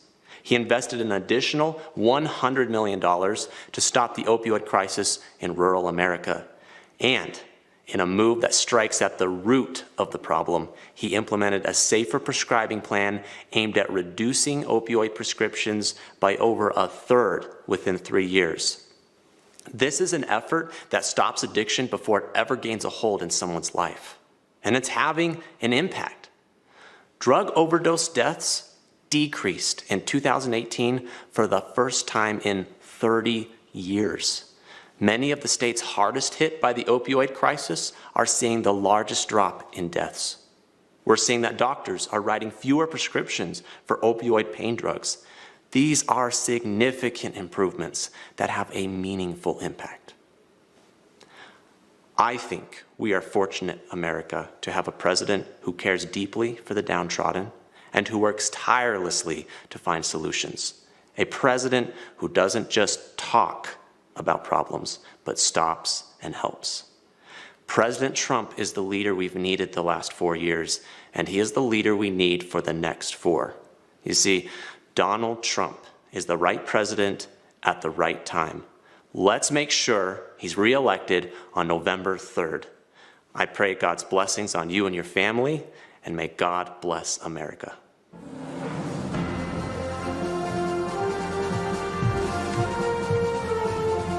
Good evening. My name is Jeanette Nunez, and I'm proud to serve as Lieutenant Governor of the great state of Florida. Tonight, I'm honored to share my story of faith, family, and American freedom. As the daughter of Cuban immigrants, my story began in 1959, before I was born, when my parents' dreams of a prosperous life became a nightmare. Chaos spread quickly when Fidel Castro took control of Cuba. The government confiscated private property, stealing people's homes, farms, and businesses. For my parents, the difficult decision to flee communist Cuba came when the Castro regime abolished religious freedom. Fellow Americans, the fabric of our nation is in peril. Daily, the radical left systematically chisels away at the freedoms we cherish. They peddle dangerous ideologies, cower to global progressives, and normalize socialism to dismantle our Constitution. Let me assure you, socialism doesn't offer opportunity. Socialism deprives. It is a falsehood that feigns promises for its masses and consistently yields only misery.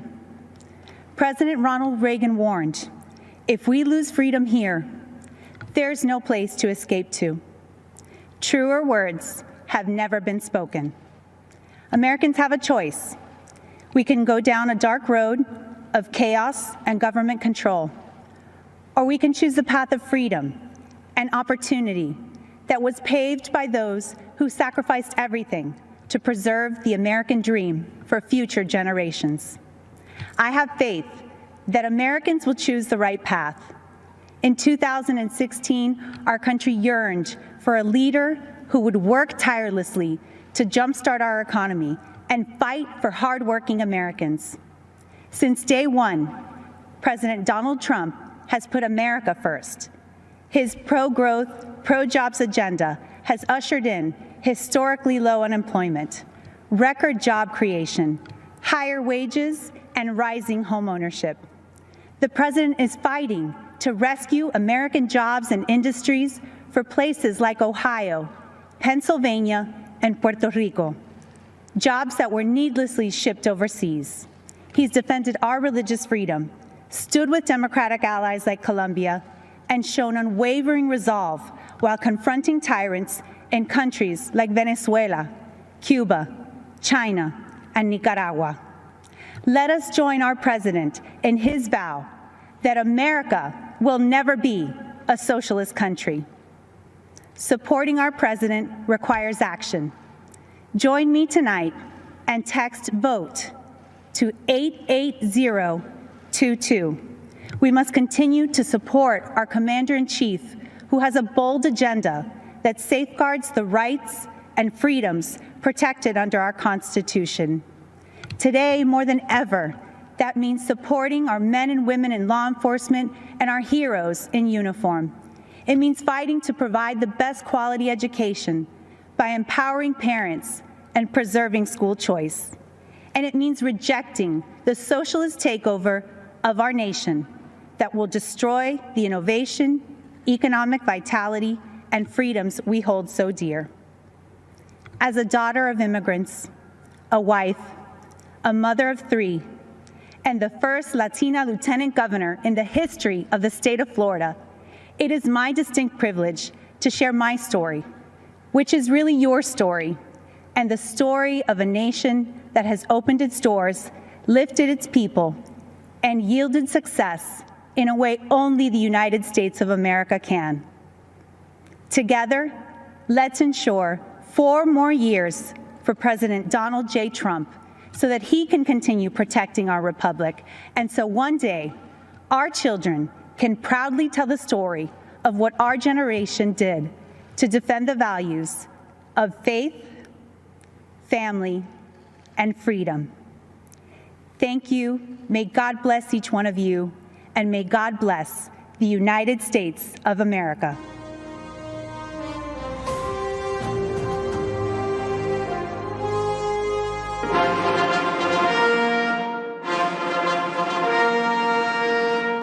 Ladies and gentlemen, the President of the United States.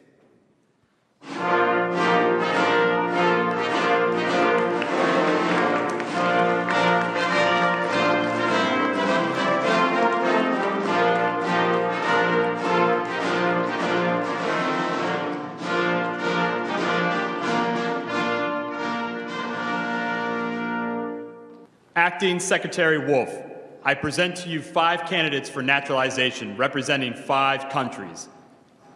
On behalf of everyone here today, I'd like to express my gratitude to you, Mr. President, for hosting this naturalization ceremony here at the White House. To our candidates, it is my honor to administer the oath of allegiance and welcome you as our fellow citizens. Candidates for naturalization, please raise your right hand and repeat after me.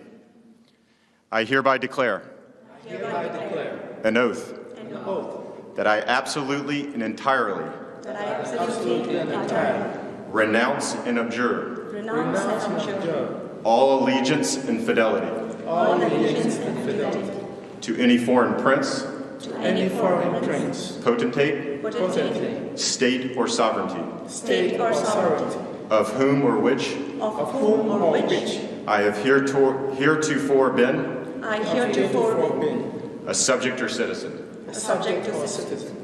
That I will support and defend the Constitution and laws of the United States of America. Against all enemies, foreign and domestic. That I will bear true faith and allegiance to the same. That I will bear arms on behalf of the United States. When required by law. That I will perform. Non-combatant service. In the armed forces of the U.S. When required by law. That I will perform work. Of national importance. Under civilian direction. When required by law. And that I take this obligation freely. Without any mental reservation. Or purpose of evasion. So help me God. Congratulations, you're now citizens of the United States of America.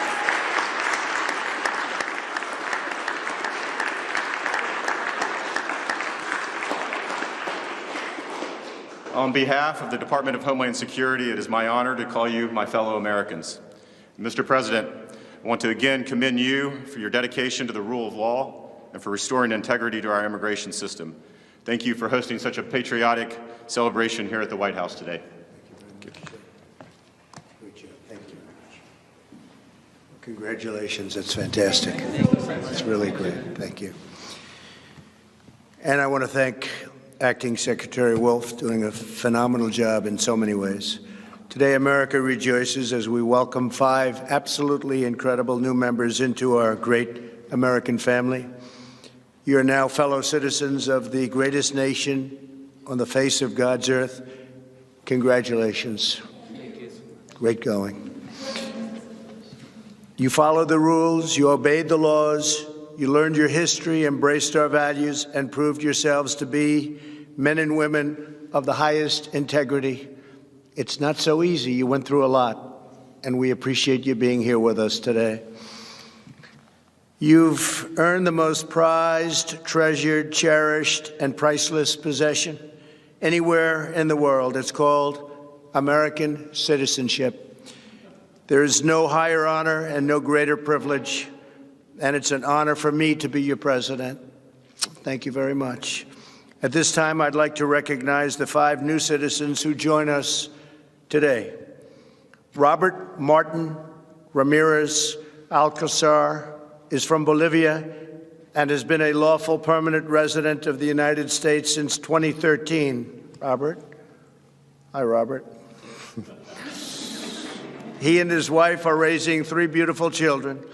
In 2017, Robert achieved the dream of starting his own business, a construction company that now employs 5 workers. Robert says, "I love this country. I want to respect the law. America has helped me so much in life."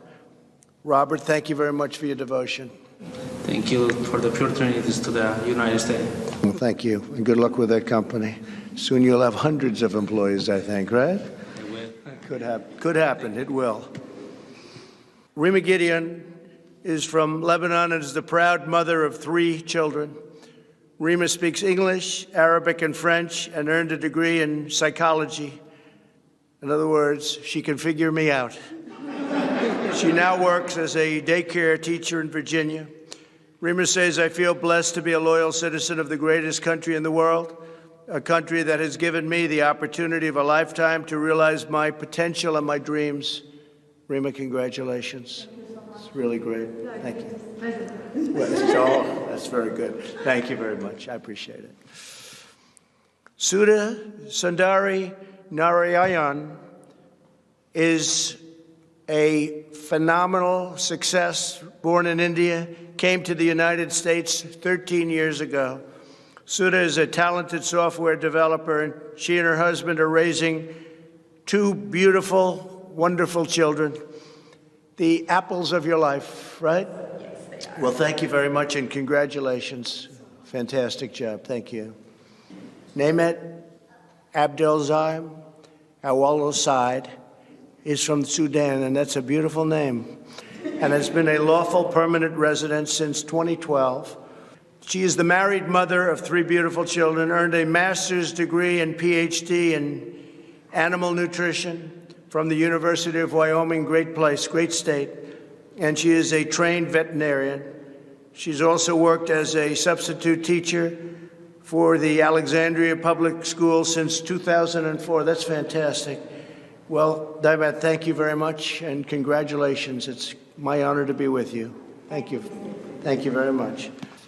Salah Abdul Samad has been looking forward to this day since he arrived in the United States from Ghana in 2015. Salih speaks 5 languages and works the medical field. Salih says that the American citizenship means everything to me in my life. It cannot be measured or quantified. I have the chance to work hard and succeed in life, to know that I am in the safe country like America. That really is something, because I know they have my back. Salih, thank you very much. Congratulations. Fantastic job. Congratulations to everybody.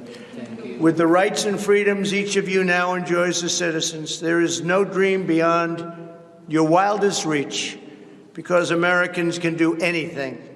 Today, you have also accepted the profound duties and responsibilities that come with American citizenship.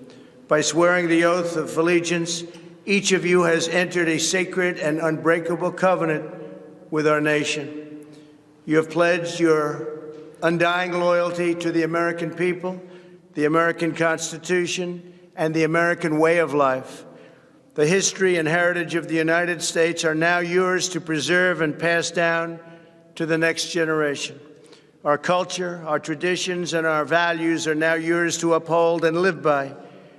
The rights so dear to every American, granted by us and granted by God and enshrined in our glorious Bill of Rights, are now yours to support, protect, and defend. As citizens, you're now stewards of this magnificent nation, a family comprised of every race, color, religion, and creed. United by the bonds of love, we are one people, sharing one home, saluting one great American flag. Congratulations again to all of you. May God bless you, and may God bless our great country, America. Thank you so much.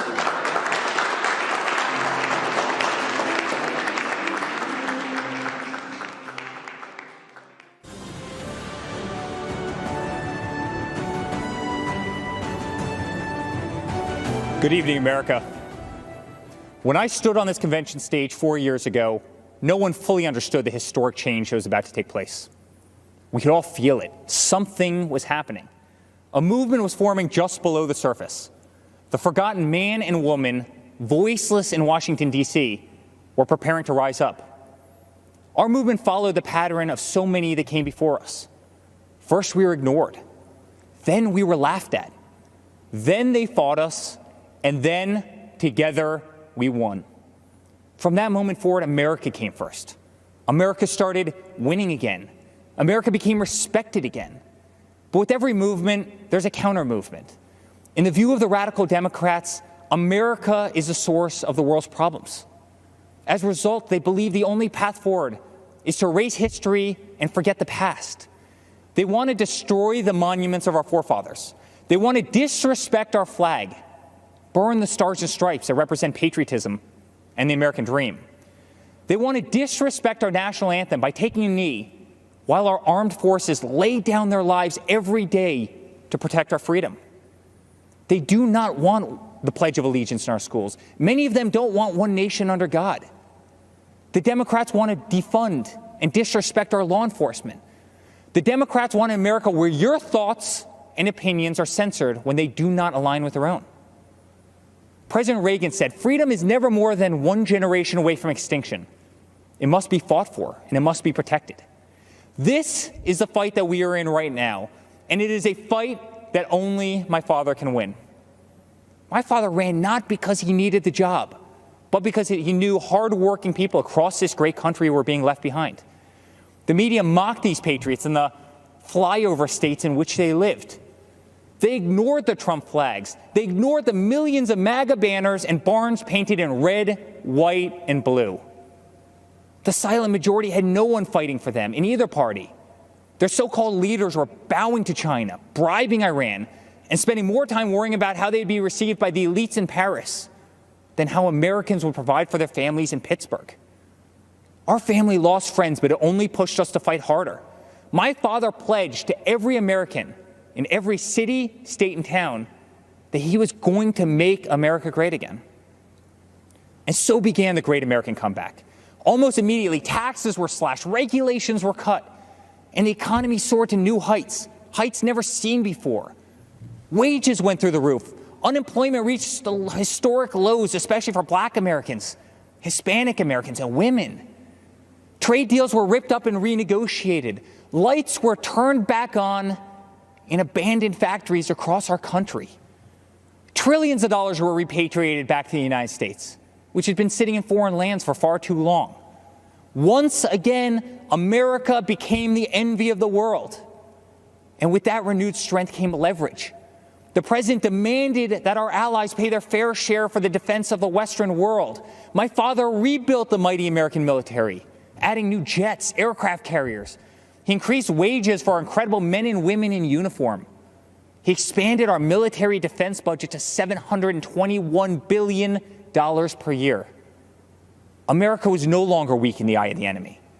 The moment President Trump ordered special forces to kill some of the deadliest terrorists on the planet, the day the mighty Moab was dropped on insurgent camps, is the day America took a stance to never be defeated by the enemy. Al-Baghdadi, Soleimani, dead. Over and over, issue after issue, the economy, the wall, the military, trade deals, tax cuts, Supreme Court justices, VA hospitals, prescription drugs, school choice, right to try, moving the embassy to Jerusalem, peace in the Middle East. Never-ending wars were finally ended. Promises made and promises for the first time were kept. Most politicians spend their entire careers in Washington, D.C. and get absolutely nothing accomplished. For example, Joe Biden. Joe Biden is a politician who has been in government for 47 years. He's a career politician who's never signed the front of a check and does not know the slightest thing about the American worker or the American business, the engine which fuels the greatest economy the world has ever known. The same politician who has been a total pushover for communist China, and someone who would be a giant relief for terrorists who now spent years running, hiding, and being taken out by the most talented military known to man. Joe Biden has pledged to raise your taxes by $4 trillion. 82% of Americans will see their taxes go up significantly. Biden has pledged to stop border wall construction and give amnesty and health care to all illegal immigrants. Biden has pledged to defund the police and take away your cherished Second Amendment. My father, on the other hand, delivered the largest tax cuts in American history, knows if you do not have a border, you do not have a country, and will always support law enforcement and your right to keep and bear arms. Every day, my father fights for the American people, the forgotten man and woman of this country, the ones who embody the American spirit, which is unlike anything else in the world. It built the New York City skyline. It built the Hoover Dam. And soon, under my father's leadership, it will send Americans to Mars. The American spirit can be felt in the majesty of the Grand Canyon, the shadows of Mount Rushmore, and the stillness of the air at Gettysburg. It can be seen in the wide-eyed wonder of every American child as they take their first breath in the greatest country the world has ever known. It defeated fascism, it defeated communism, and in 68 days, it will defeat the empty, oppressive, and radical views of the extreme left. Ronald Reagan's quote ends with this simple warning. One day we could spend our sunset years telling our children what it was once like in the United States where men and women were free. Under President Trump, freedom will never be a thing of the past. That's what a vote for Donald Trump represents. It's a vote for the American spirit, the American dream, and for the American flag. To the law enforcement officer who's being attacked, betrayed, and whose job they are trying to make extinct, my father will fight for you. To all houses of worship and to all people of faith stripped of our religious freedoms and religious liberties, my father will fight for you. To the voiceless, shamed, censored, and canceled, my father will fight for you. To our farmers who work dawn to dusk to keep our plates full, my father will fight for you. To every single mother and father, to our veterans, our coal miners, and to the American worker, my father will fight for you. And to every proud American who bleeds red, white, and blue, my father will continue to fight for you. In closing, I'd like to speak directly to my father. I miss working alongside you every single day, but I'm damn proud to be on the front lines of this fight. I'm proud of what you are doing for this country. I'm proud to show my children what their grandfather is fighting for. I'm proud to watch you give them hell. Never stop. Continue to be unapologetic. Keep fighting for what is right. You are making America strong again. You are making America safe again. You are making America proud again. And yes, together with a forgotten man and woman who are finally forgotten no more, you are making America great again. Dad, let's make Uncle Robert very proud this week. Let's go get another 4 years. I love you very much. God bless you, and God bless the United States of America.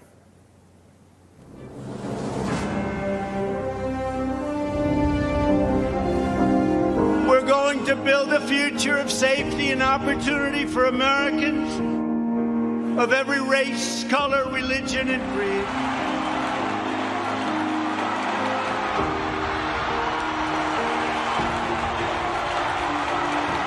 Our president has created such a surplus that when this pandemic hit, he was able to refund Americans without indebting us. We're all better off when former inmates can receive and re-enter society as law-abiding, productive citizens. They now have a chance at more opportunities than they've ever had before.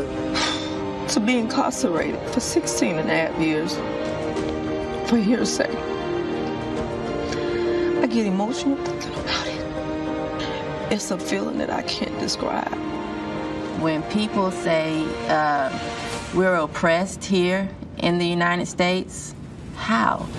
Right now, this country, for me, is the last beacon of hope and opportunity. If America falls, the entire world falls. Trump's pledge to the American workers definitely means a lot to me. because I wouldn't be where I'm at today. I truly believe that my kids are going to look up to me one day. It's just tremendous what I could do, I guess. The forgotten men and women will never be forgotten again. You know, in Biden's America, there aren't opportunity zones. Here you have an administration that actually looks at how can government and private enterprise work together. As we fight to deliver a better future for all women and for all Americans, we remember the wonderful victory 1 century ago. And in the following November, the ladies appeared at the polls on Election Day by the hundreds of thousands. They had won their right to vote. Before the China virus set in, it struck our nation. Women had gained 4.3 million jobs, a record.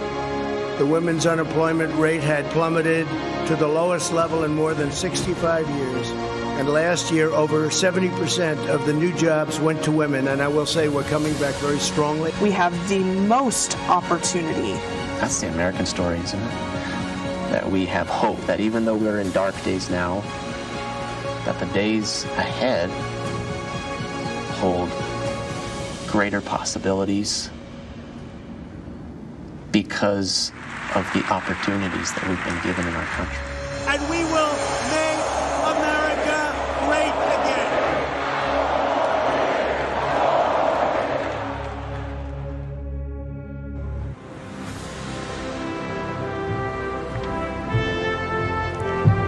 Good evening.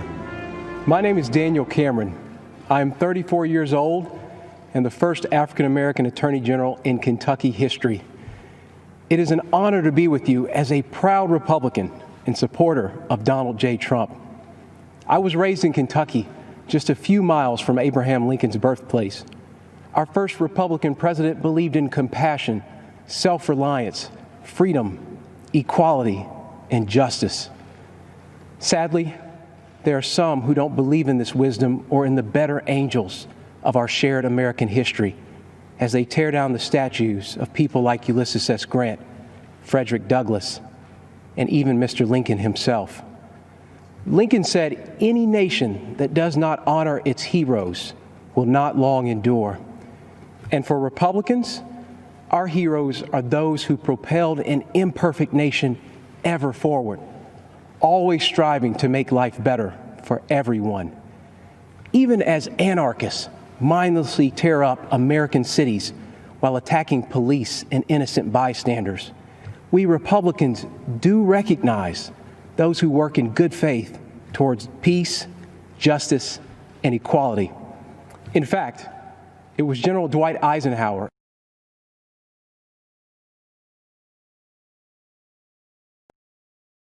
a future Republican president, who said, "Democracy is a system that recognizes the equality of humans before the law."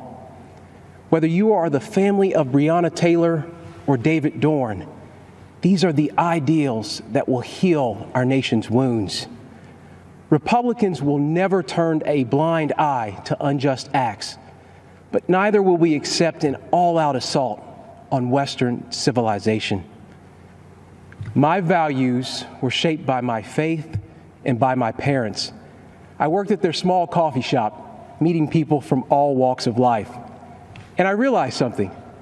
No matter who we are, everyone needs a cup of coffee. That lesson stuck with me because despite our differences, we all want the same things.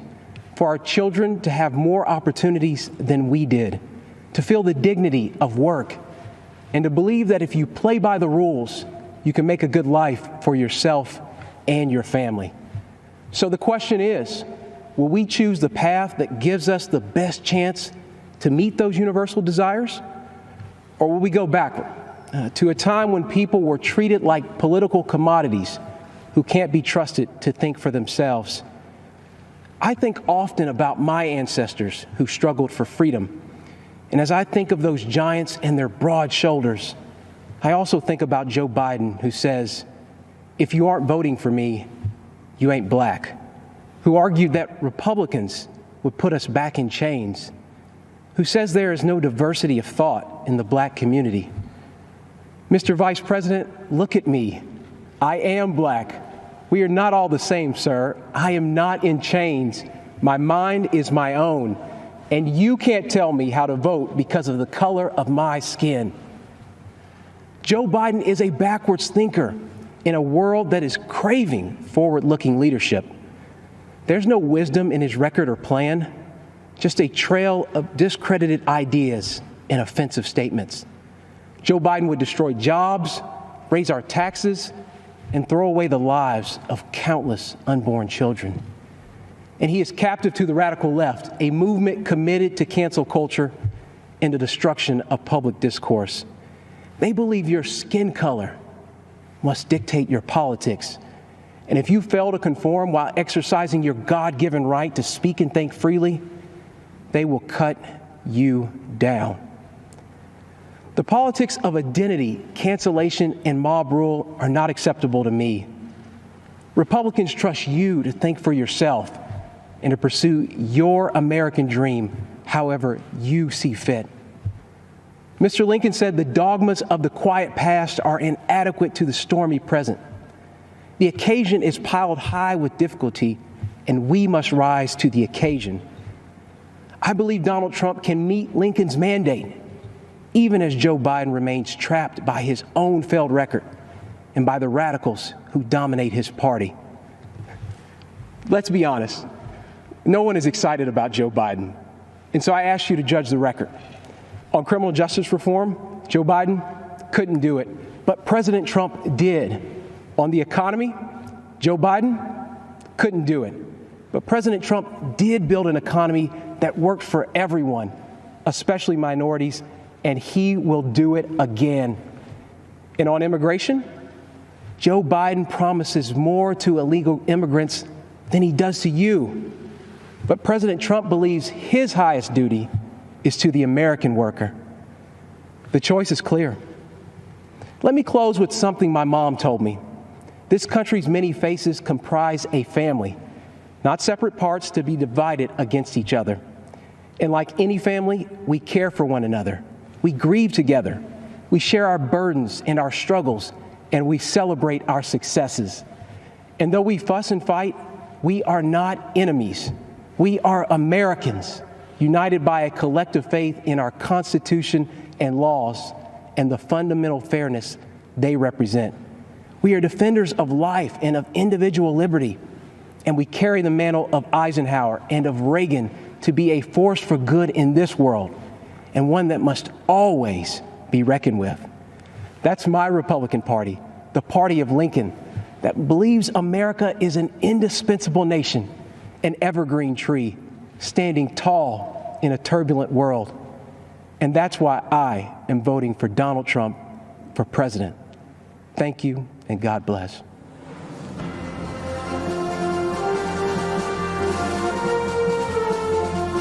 Hi, I'm Mike Pompeo. I'm speaking to you from beautiful Jerusalem, looking out over the old city. I have a big job as Susan's husband and Nick's dad. Susan and Nick are more safe, and their freedom's more secure because President Trump has put his America First vision into action. It may not have made him popular in every foreign capital, but it's worked. President Trump understands what my great fellow Kansan President Eisenhower said. For all that we cherish and justly desire for ourselves or for our children, the securing of peace is the first requisite. Indeed, the primary constitutional function of the national government is ensuring that your family and mine are safe and enjoy the freedom to live, to work, to learn, and to worship as they choose. Delivering on this duty to keep us safe and our freedoms intact, this president has led bold initiatives in nearly every corner of the world. In China, he's pulled back the curtain on the predatory aggression of the Chinese Communist Party. The president has held China accountable for covering up the China virus and allowing it to spread death and economic destruction in America and around the world. And he will not rest until justice is done. He has ensured that the Chinese Communist Party spies posing as diplomats in America are jailed or sent back to China. And he has ended the ridiculously unfair trade arrangement with China that punched a hole in our economy. Those jobs are coming back home. In North Korea, the president lowered the temperature and against all odds got the North Korean leadership to the table. No nuclear tests, no long-range missile tests, and Americans held captive in North Korea came home to their families, as did the precious remains of scores of heroes who fought in Korea. Today, because of President Trump, NATO is stronger, Ukraine has defensive weapon systems, and America left a harmful treaty so our nation can now build missiles to deter Russian aggression. And in the Middle East, when Iran threatened, the president approved a strike that killed the Iranian terrorist Qasem Soleimani. This is the man most responsible for the murder and maiming of hundreds of American soldiers and thousands of Christians across the Middle East. And you'll recall, too, that when the president took office, radical Islamic terrorists had beheaded Americans, and ISIS controlled a territory in the size of Great Britain. Today, because of the president's determination and leadership, the ISIS caliphate is wiped out. It's gone. Its evil leader, Abu Bakr al-Baghdadi, is dead. And our brave soldiers, they're on their way home. The president exited the U.S. from the disastrous nuclear deal with Iran and squeezed the Ayatollah, Hezbollah, and Hamas. The president, too, moved the U.S. Embassy to this very city of God, Jerusalem, the rightful capital of the Jewish homeland. And just 2 weeks ago, the president brokered a historic peace deal between Israel and the United Arab Emirates. This is a deal that our grandchildren will read about in their history books. You know, as a soldier, I saw firsthand people desperate to flee to freedom. The way each of us can best ensure our freedoms is by electing leaders who don't just talk, but who deliver. An American hostage, imprisoned in Turkey for 2 years, Pastor Andrew Brunson, said upon his release that he survived his ordeal with these words of Scripture: "Be faithful, endure, and finish well. If we stay the course, we will." May God richly bless you, and may God bless our great nation, the United States of America.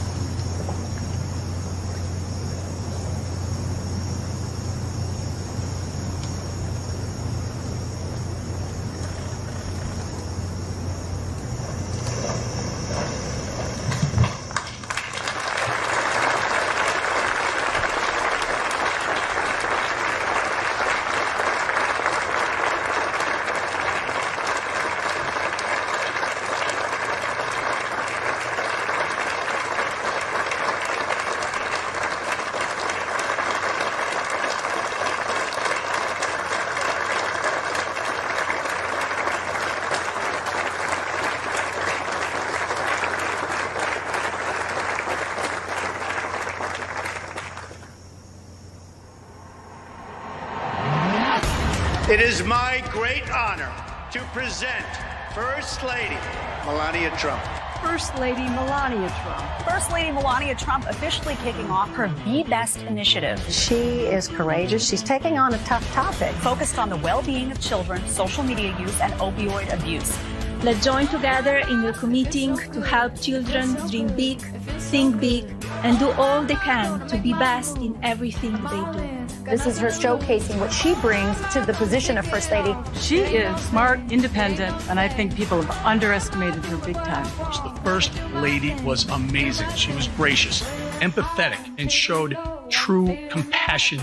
First Lady Melania Trump stepping out onto the world stage. Her Be Best campaign is now going international. She has the advantage of speaking several languages. She can be a diplomat for our country. The sun was shining. She was greeted by children. This, of course, is her continuing to work on her Be Best campaign by shining a spotlight on successful programs that teach children tools and skills. She represents our country with enormous warmth and elegance and grace.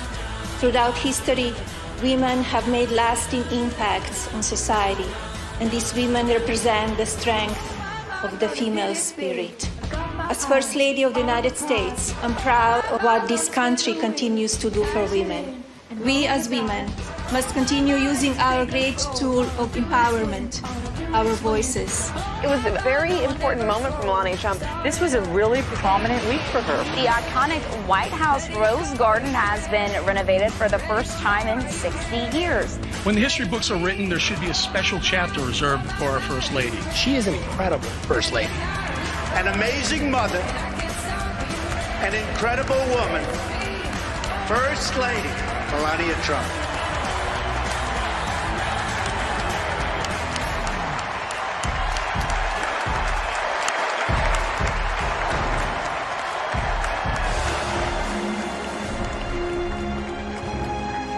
Ladies and gentlemen, please welcome the First Lady of the United States, Mrs. Melania Trump.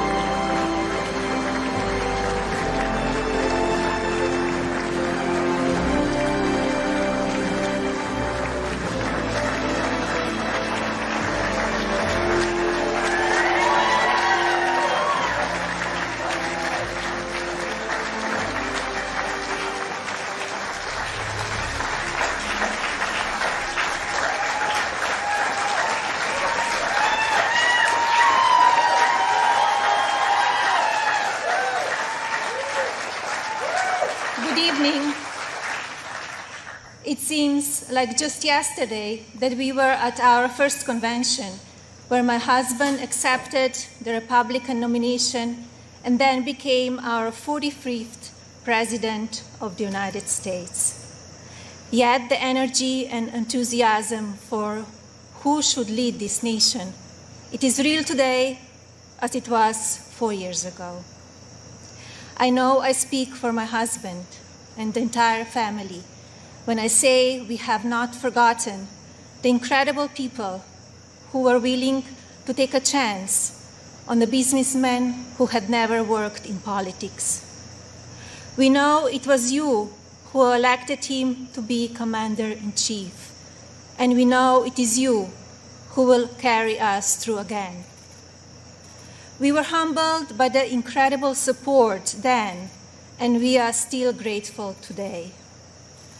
I want to acknowledge the fact that since March, our lives have changed drastically. The invisible enemy, COVID-19, swept across our beautiful country and impacted all of us. My deepest sympathy goes out to everyone who has lost a loved one, and my prayers are with those who are ill or suffering. I know many people are anxious and some feel helpless. I want you to know you're not alone. My husband's administration will not stop fighting until there is an effective treatment or vaccine available to everyone. Donald will not rest until he has done all he can to take care of everyone impacted by this terrible pandemic. I want to extend my gratitude to all of the healthcare professionals, frontline workers and teachers who stepped up in these difficult times. Despite the risk to yourselves and your own families, you put our country first, and my husband and I are grateful. I have been moved by the way Americans have come together in such an unfamiliar and often frightening situation. It is in times like this that we will look back and tell our grandchildren that through kindness and compassion, strength and determination, we were able to restore the promise of our future. Businesses stepped up and volunteers stepped in.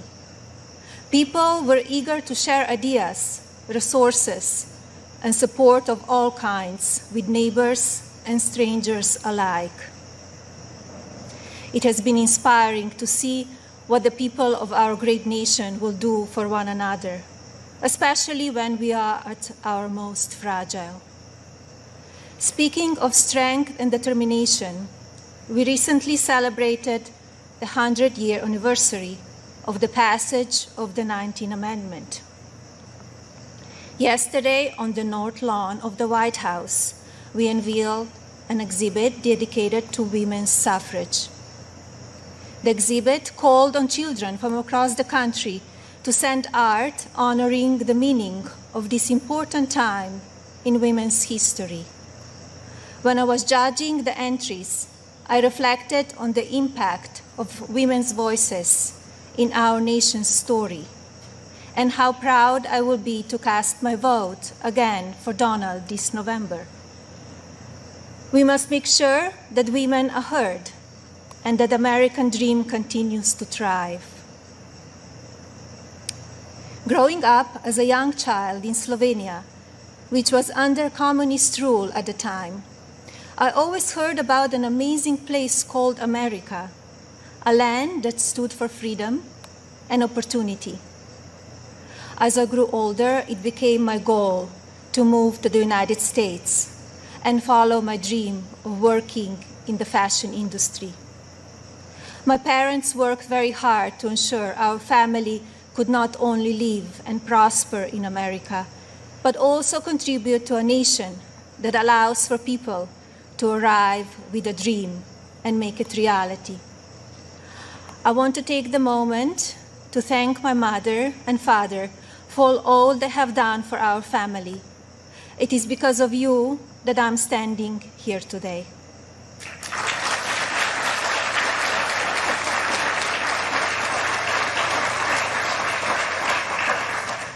I arrived in the United States when I was 26 years old.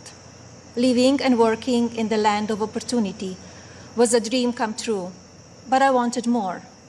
I wanted to be a citizen. After 10 years of paperwork and patience, I studied for the test in 2006 and became an American citizen.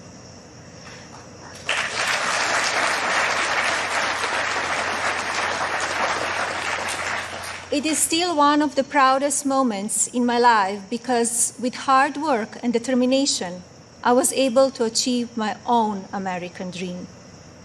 As an immigrant and a very independent woman, I understand what a privilege it is to live here and to enjoy the freedoms and opportunities that we have.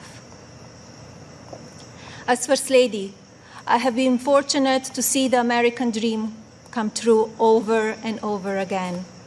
I have met many inspiring women, children, parents, and families who have overcome life-changing issues that include addiction, homelessness, family members who are ill or have passed away, abuse of all kinds, and many other challenges that would make most people give up. The past 3.5 years have been unforgettable. There are no words to describe how honored, humbled, and fortunate I am to serve our nation as your First Lady. After many of the experiences I've had, I don't know if I can fully explain how many people I take home with me in my heart each day. From brave soldiers who give up so much so that we can be free, to children of all circumstances who I have met around the world. Thank you for inspiring me. It is my greatest honor to serve you. When I speak to members of the military, despite sacrificing time with their families, experience the fear of war or suffering loss, they have no regrets about serving our country. The same goes for their families and the families of first responders who often watch their loved ones walk out the door, not sure if or when they will come home. When I speak to families who have lost someone, The pain mixed with pride I hear in their voices is something I think about often. So thank you to all who serve our country in the military and as first responders. And thank you to the families who wait for them. You are our heroes in your own right. I have also been moved by the many children and families I've spent time with at hospitals, schools, and other locations around the world. Children who are dealing with pain or illness that would break even the strongest adult. Parents who are grateful to wake up every day and see that their child is still alive. These families are a testament to what faith and medicine, strength and science can do. On my first international trip as First Lady, my husband and I visited places of great significance to the three major religions: Islam, Christianity, and Judaism. One special memory from that trip is of a young boy I had privilege of visiting while at Bambino Gesù Hospital in Rome, Italy. While there, I read the little boy a story and learned that he and his family had been waiting for a heart for a very long time, and he had a grim prognosis. His situation brought my staff and me to tears, and we spoke of a little else as we flew to Belgium for the next part of our trip. Upon landing just a few hours later, we learned that a heart had been donated and would be going to the little one. I think about him often, along with so many amazing and strong young patients across our own country. More profound and sadly unavoidable examples of our country's strength and character have occurred in the communities that have been impacted by natural disasters. Hurricanes, tornadoes, and flooding may show the ugly side of Mother Nature, but in their aftermath, they can show us a beautiful side of humanity. My husband and I have visited many places that have been affected by natural disaster, and we are deeply moved by the strength of the people who have lost everything and the kindness of neighbors and communities. The common thread in all of these challenging situations is the unwavering resolve to help one another. I recognize the stories I just told about people who survive extraordinary circumstances, but Donald and I are also inspired by the millions of Americans who wake up each day with a simple yet courageous goal of providing for their families and keeping them safe. You are the backbone of this country. You are the people who continue to make the United States of America what it is, and who have the incredible responsibility of preparing our future generations to leave everything even better than they found it. Just as you are fighting for your families, my husband, our family, and the people in this administration are here fighting for you. No matter the amount of negative or false media headlines or attacks from the other side, Donald Trump has not and will not lose focus on you. He loves this country, and he knows how to get things done. As you have learned over the past 5 years, he is not a traditional politician. He doesn't just speak words. He demands action, and he gets results. The future of our country has always been very important to him, and it is something that I have always admired. In fact, it is to help ensure a better future for our next generation that I launched Be Best, my initiative to help children achieve their fullest potential. Be Best has one simple goal: teaching youth about the importance of their well-being, both mentally and physically. This also includes understanding online safety and the dangers of opioid and drug abuse.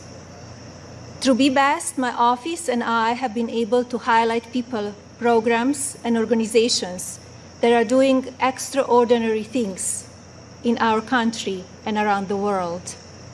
I continue to believe that by shining a light on these positive examples, others across the country and globe will become inspired to do their part for our next generation.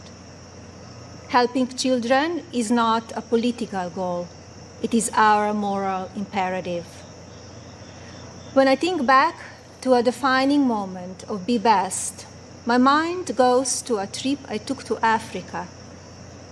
On that vast and beautiful continent, I was able to visit the countries of Ghana, Malawi, Kenya, and Egypt. One of those visits, in particular, had a profound impact on me.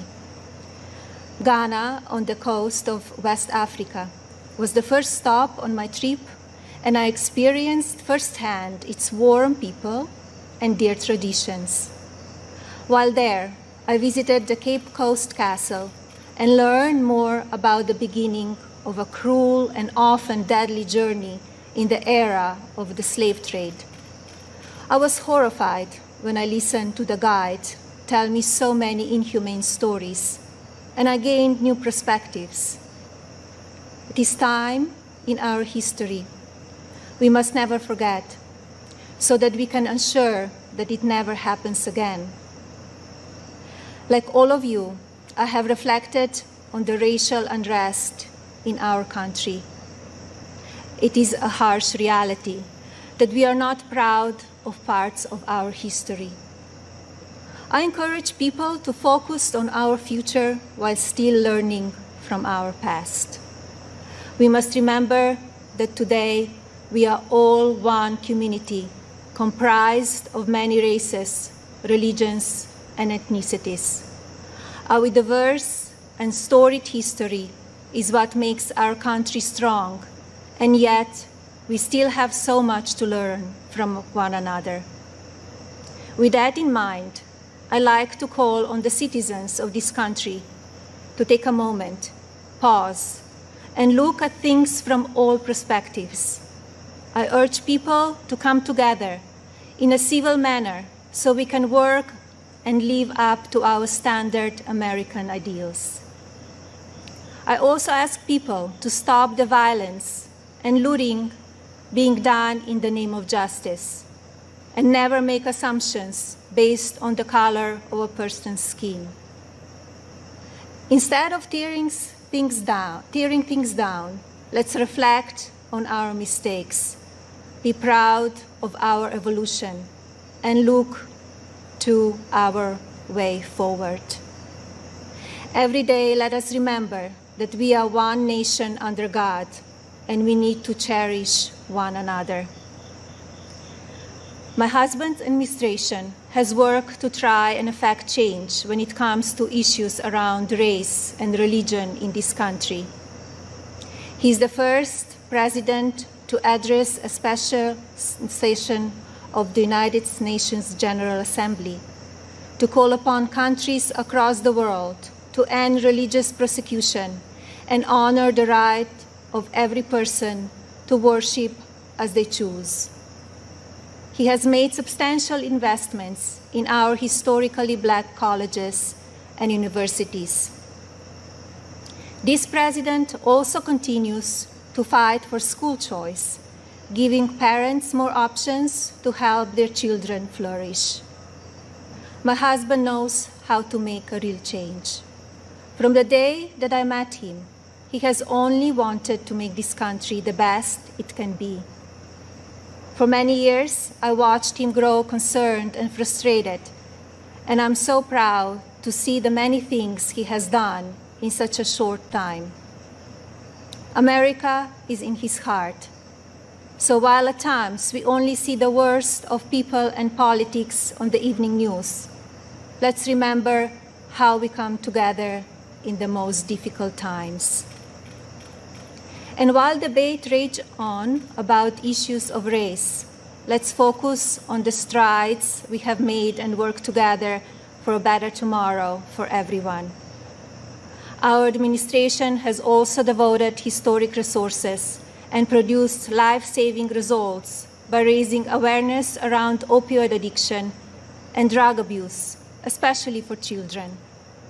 When so often the headlines are filled with gossip, I want to take this moment to encourage the media to focus even more on the nation's drug crisis. This disease is one that affects everybody. It pays no attention to race, age, or socioeconomic status. Addiction has touched every part of our society in some way. And now, more than ever, we have programs and medicine to combat it.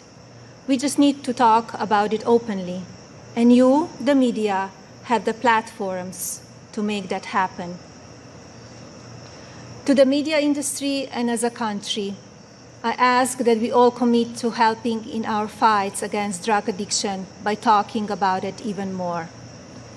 Especially as we battle the COVID pandemic, we need to remember that suicides are on the rise as people who are struggling with loneliness and addiction feel they have nowhere to turn.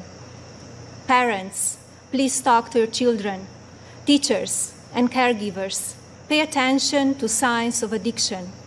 Lawmakers, pass legislation that allows those who ask for help to do so safely and without fear, and to provide resources for organizations that help people impacted by addiction. When the stigma is removed, people will no longer be ashamed to ask for help, and lives will be saved. And if you are struggling with addiction, there is no shame in your illness. Please seek help. You are worth it. In my next 4 years as First Lady, I will continue to build upon Be Best and work with individual states to pass legislation to take care of our most vulnerable. I plan to continue the work I have started with children in foster care, as well as the minority communities and tribal nations. I want to ensure children are being protected and communities have the resources needed to combat drug addiction and child neglect or abuse. Like my husband and the administration, I will continue to encourage education that supports a child's individual needs. It is vital that children are given the building blocks to succeed. I also look forward to continue my work to restore the People's House, which is a lasting symbol of pride for our nation. I believe this iconic home needs to be cared for and preserved so it can be enjoyed by the people of this country and visitors from around the world for years to come. I'm passionate about this beautiful house, the grounds, and all they represent. And now, I have a special message for the mothers of this country. This modern world is moving so fast, and our children face challenges that seem to change every few months. Just like me, I know many of you watch how mean and manipulative social media can be. And just like me, I'm sure many of you are looking for answers how to talk to your children about the downside of technology and their relationships with their peers. Like every parent in this country, I feel there are so many lessons to teach our son and responsibilities as his mother, but there are just not enough hours in the day to do it all. I remind myself that I'm more fortunate than most and still have days that I look for wisdom and strength to do the very best I can for him. To mothers and parents everywhere, you are warriors. In my husband, you have a president who will not stop fighting for you and your families. I see how hard he works each day and night, and despite the unprecedented attacks from the media and opposition, he will not give up. In fact, if you tell him he cannot be done, he just works harder. Donald,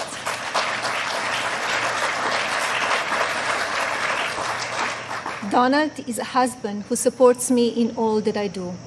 He has built an administration with an unprecedented number of women in leadership roles and has fostered an environment where the American people are always the priority.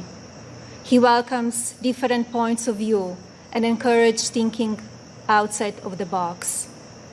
I know I speak for my husband and the family when I say we are so grateful that you have trusted him to be your president, and we will be honored to serve this incredible country for 4 more years.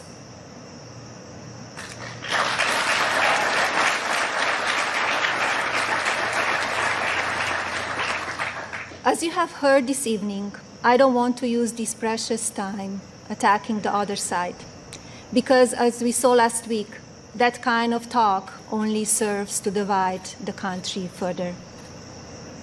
I'm here because we need my husband to be our president and commander-in-chief for 4 more years. He is what is best for our country. We all know Donald Trump makes no secrets about how he feels about things. Total honesty is what we as citizens deserve from our president. Whether you like it or not, you always know what he's thinking. And that is because he's an authentic person who loves this country and its people and wants to continue to make it better. Donald wants to keep your family safe. He wants to help your family succeed. He wants nothing more than for this country to prosper, and he doesn't waste time playing politics. Almost 4 years ago, we went into Election Day completely underestimated. Despite what is being said again this year, I know, just as you do, that Americans will go to the polls and vote on the behalf of their families, our economy, our national security, and our children's future. To vote for those ideals is not a partisan vote. It is a common sense vote, because those are goals and hopes that we all believe in. I believe that we need my husband's leadership now more than ever in order to bring us back once again to the greatest economy and the strongest country ever known. God bless you all, your families, and God bless the United States of America.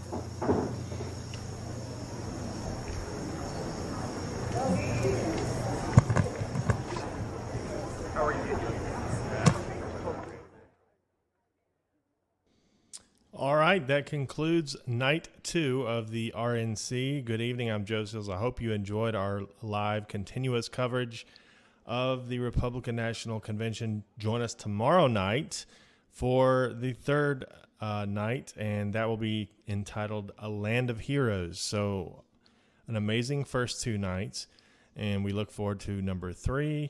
Just as a reminder, on Friday, we will be headed to New Hampshire to campaign, to cover the president's campaign, holding another one of those little mini, you want to call it rallies. So we'll be in New Hampshire on Friday. And we will also likely be at the White House Thursday night for Trump's convention speech, provided our credentials clear. So make sure you tune in. We appreciate all of you and want to leave you with a message from our friends Diamond and Silk. And also thanks to all of our new members who are joining us. We look forward to having you all, and we're going to do some tests in the next couple of days to see if we can get some of these members-only live streams and stuff like that figured out. So we appreciate all of you joining us, and God bless you. Hope you have a great night. And let's turn over to Diamond and Silk. Hey y'all, we're Diamond and Silk. Listen, our book dropped already, and we want you to get a copy of it. That's right. Uprising, who the hell said you can't ditch and switch? The Awakening of Diamond and Silk. That's right. Now you can get the book at diamondandsilkbook.com or anywhere that books are sold. And I want you to continue to support RSBN. That's right. Why? Because they've been here since the beginning. And they will be here to the very end. That's right. And guess what, y'all? What? We gonna win. That's right. You all get out and vote. Vote red. R-E-D. Remove every Democrat. And make sure you vote for Donald J. Trump. We love y'all. Bye-bye.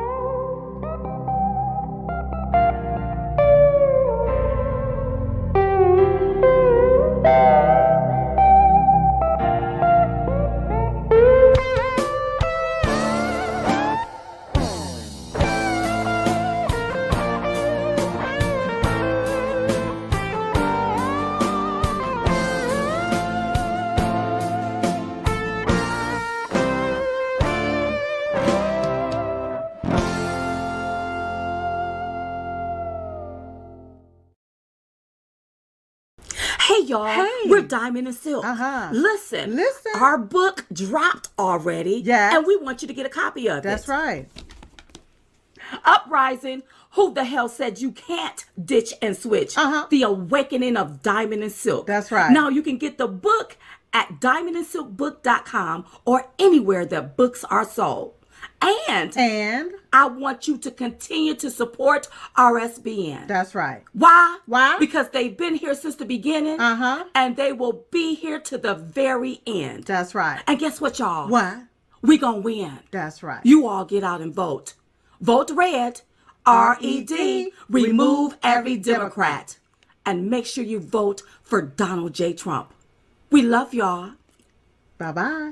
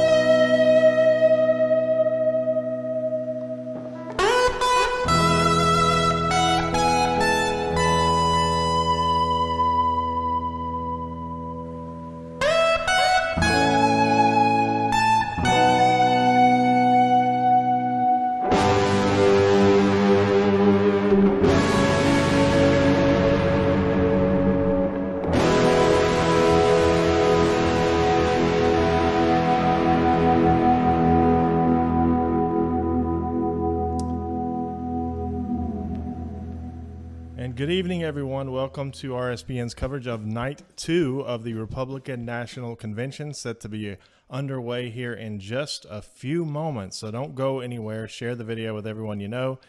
RSBN is proud to offer this coverage.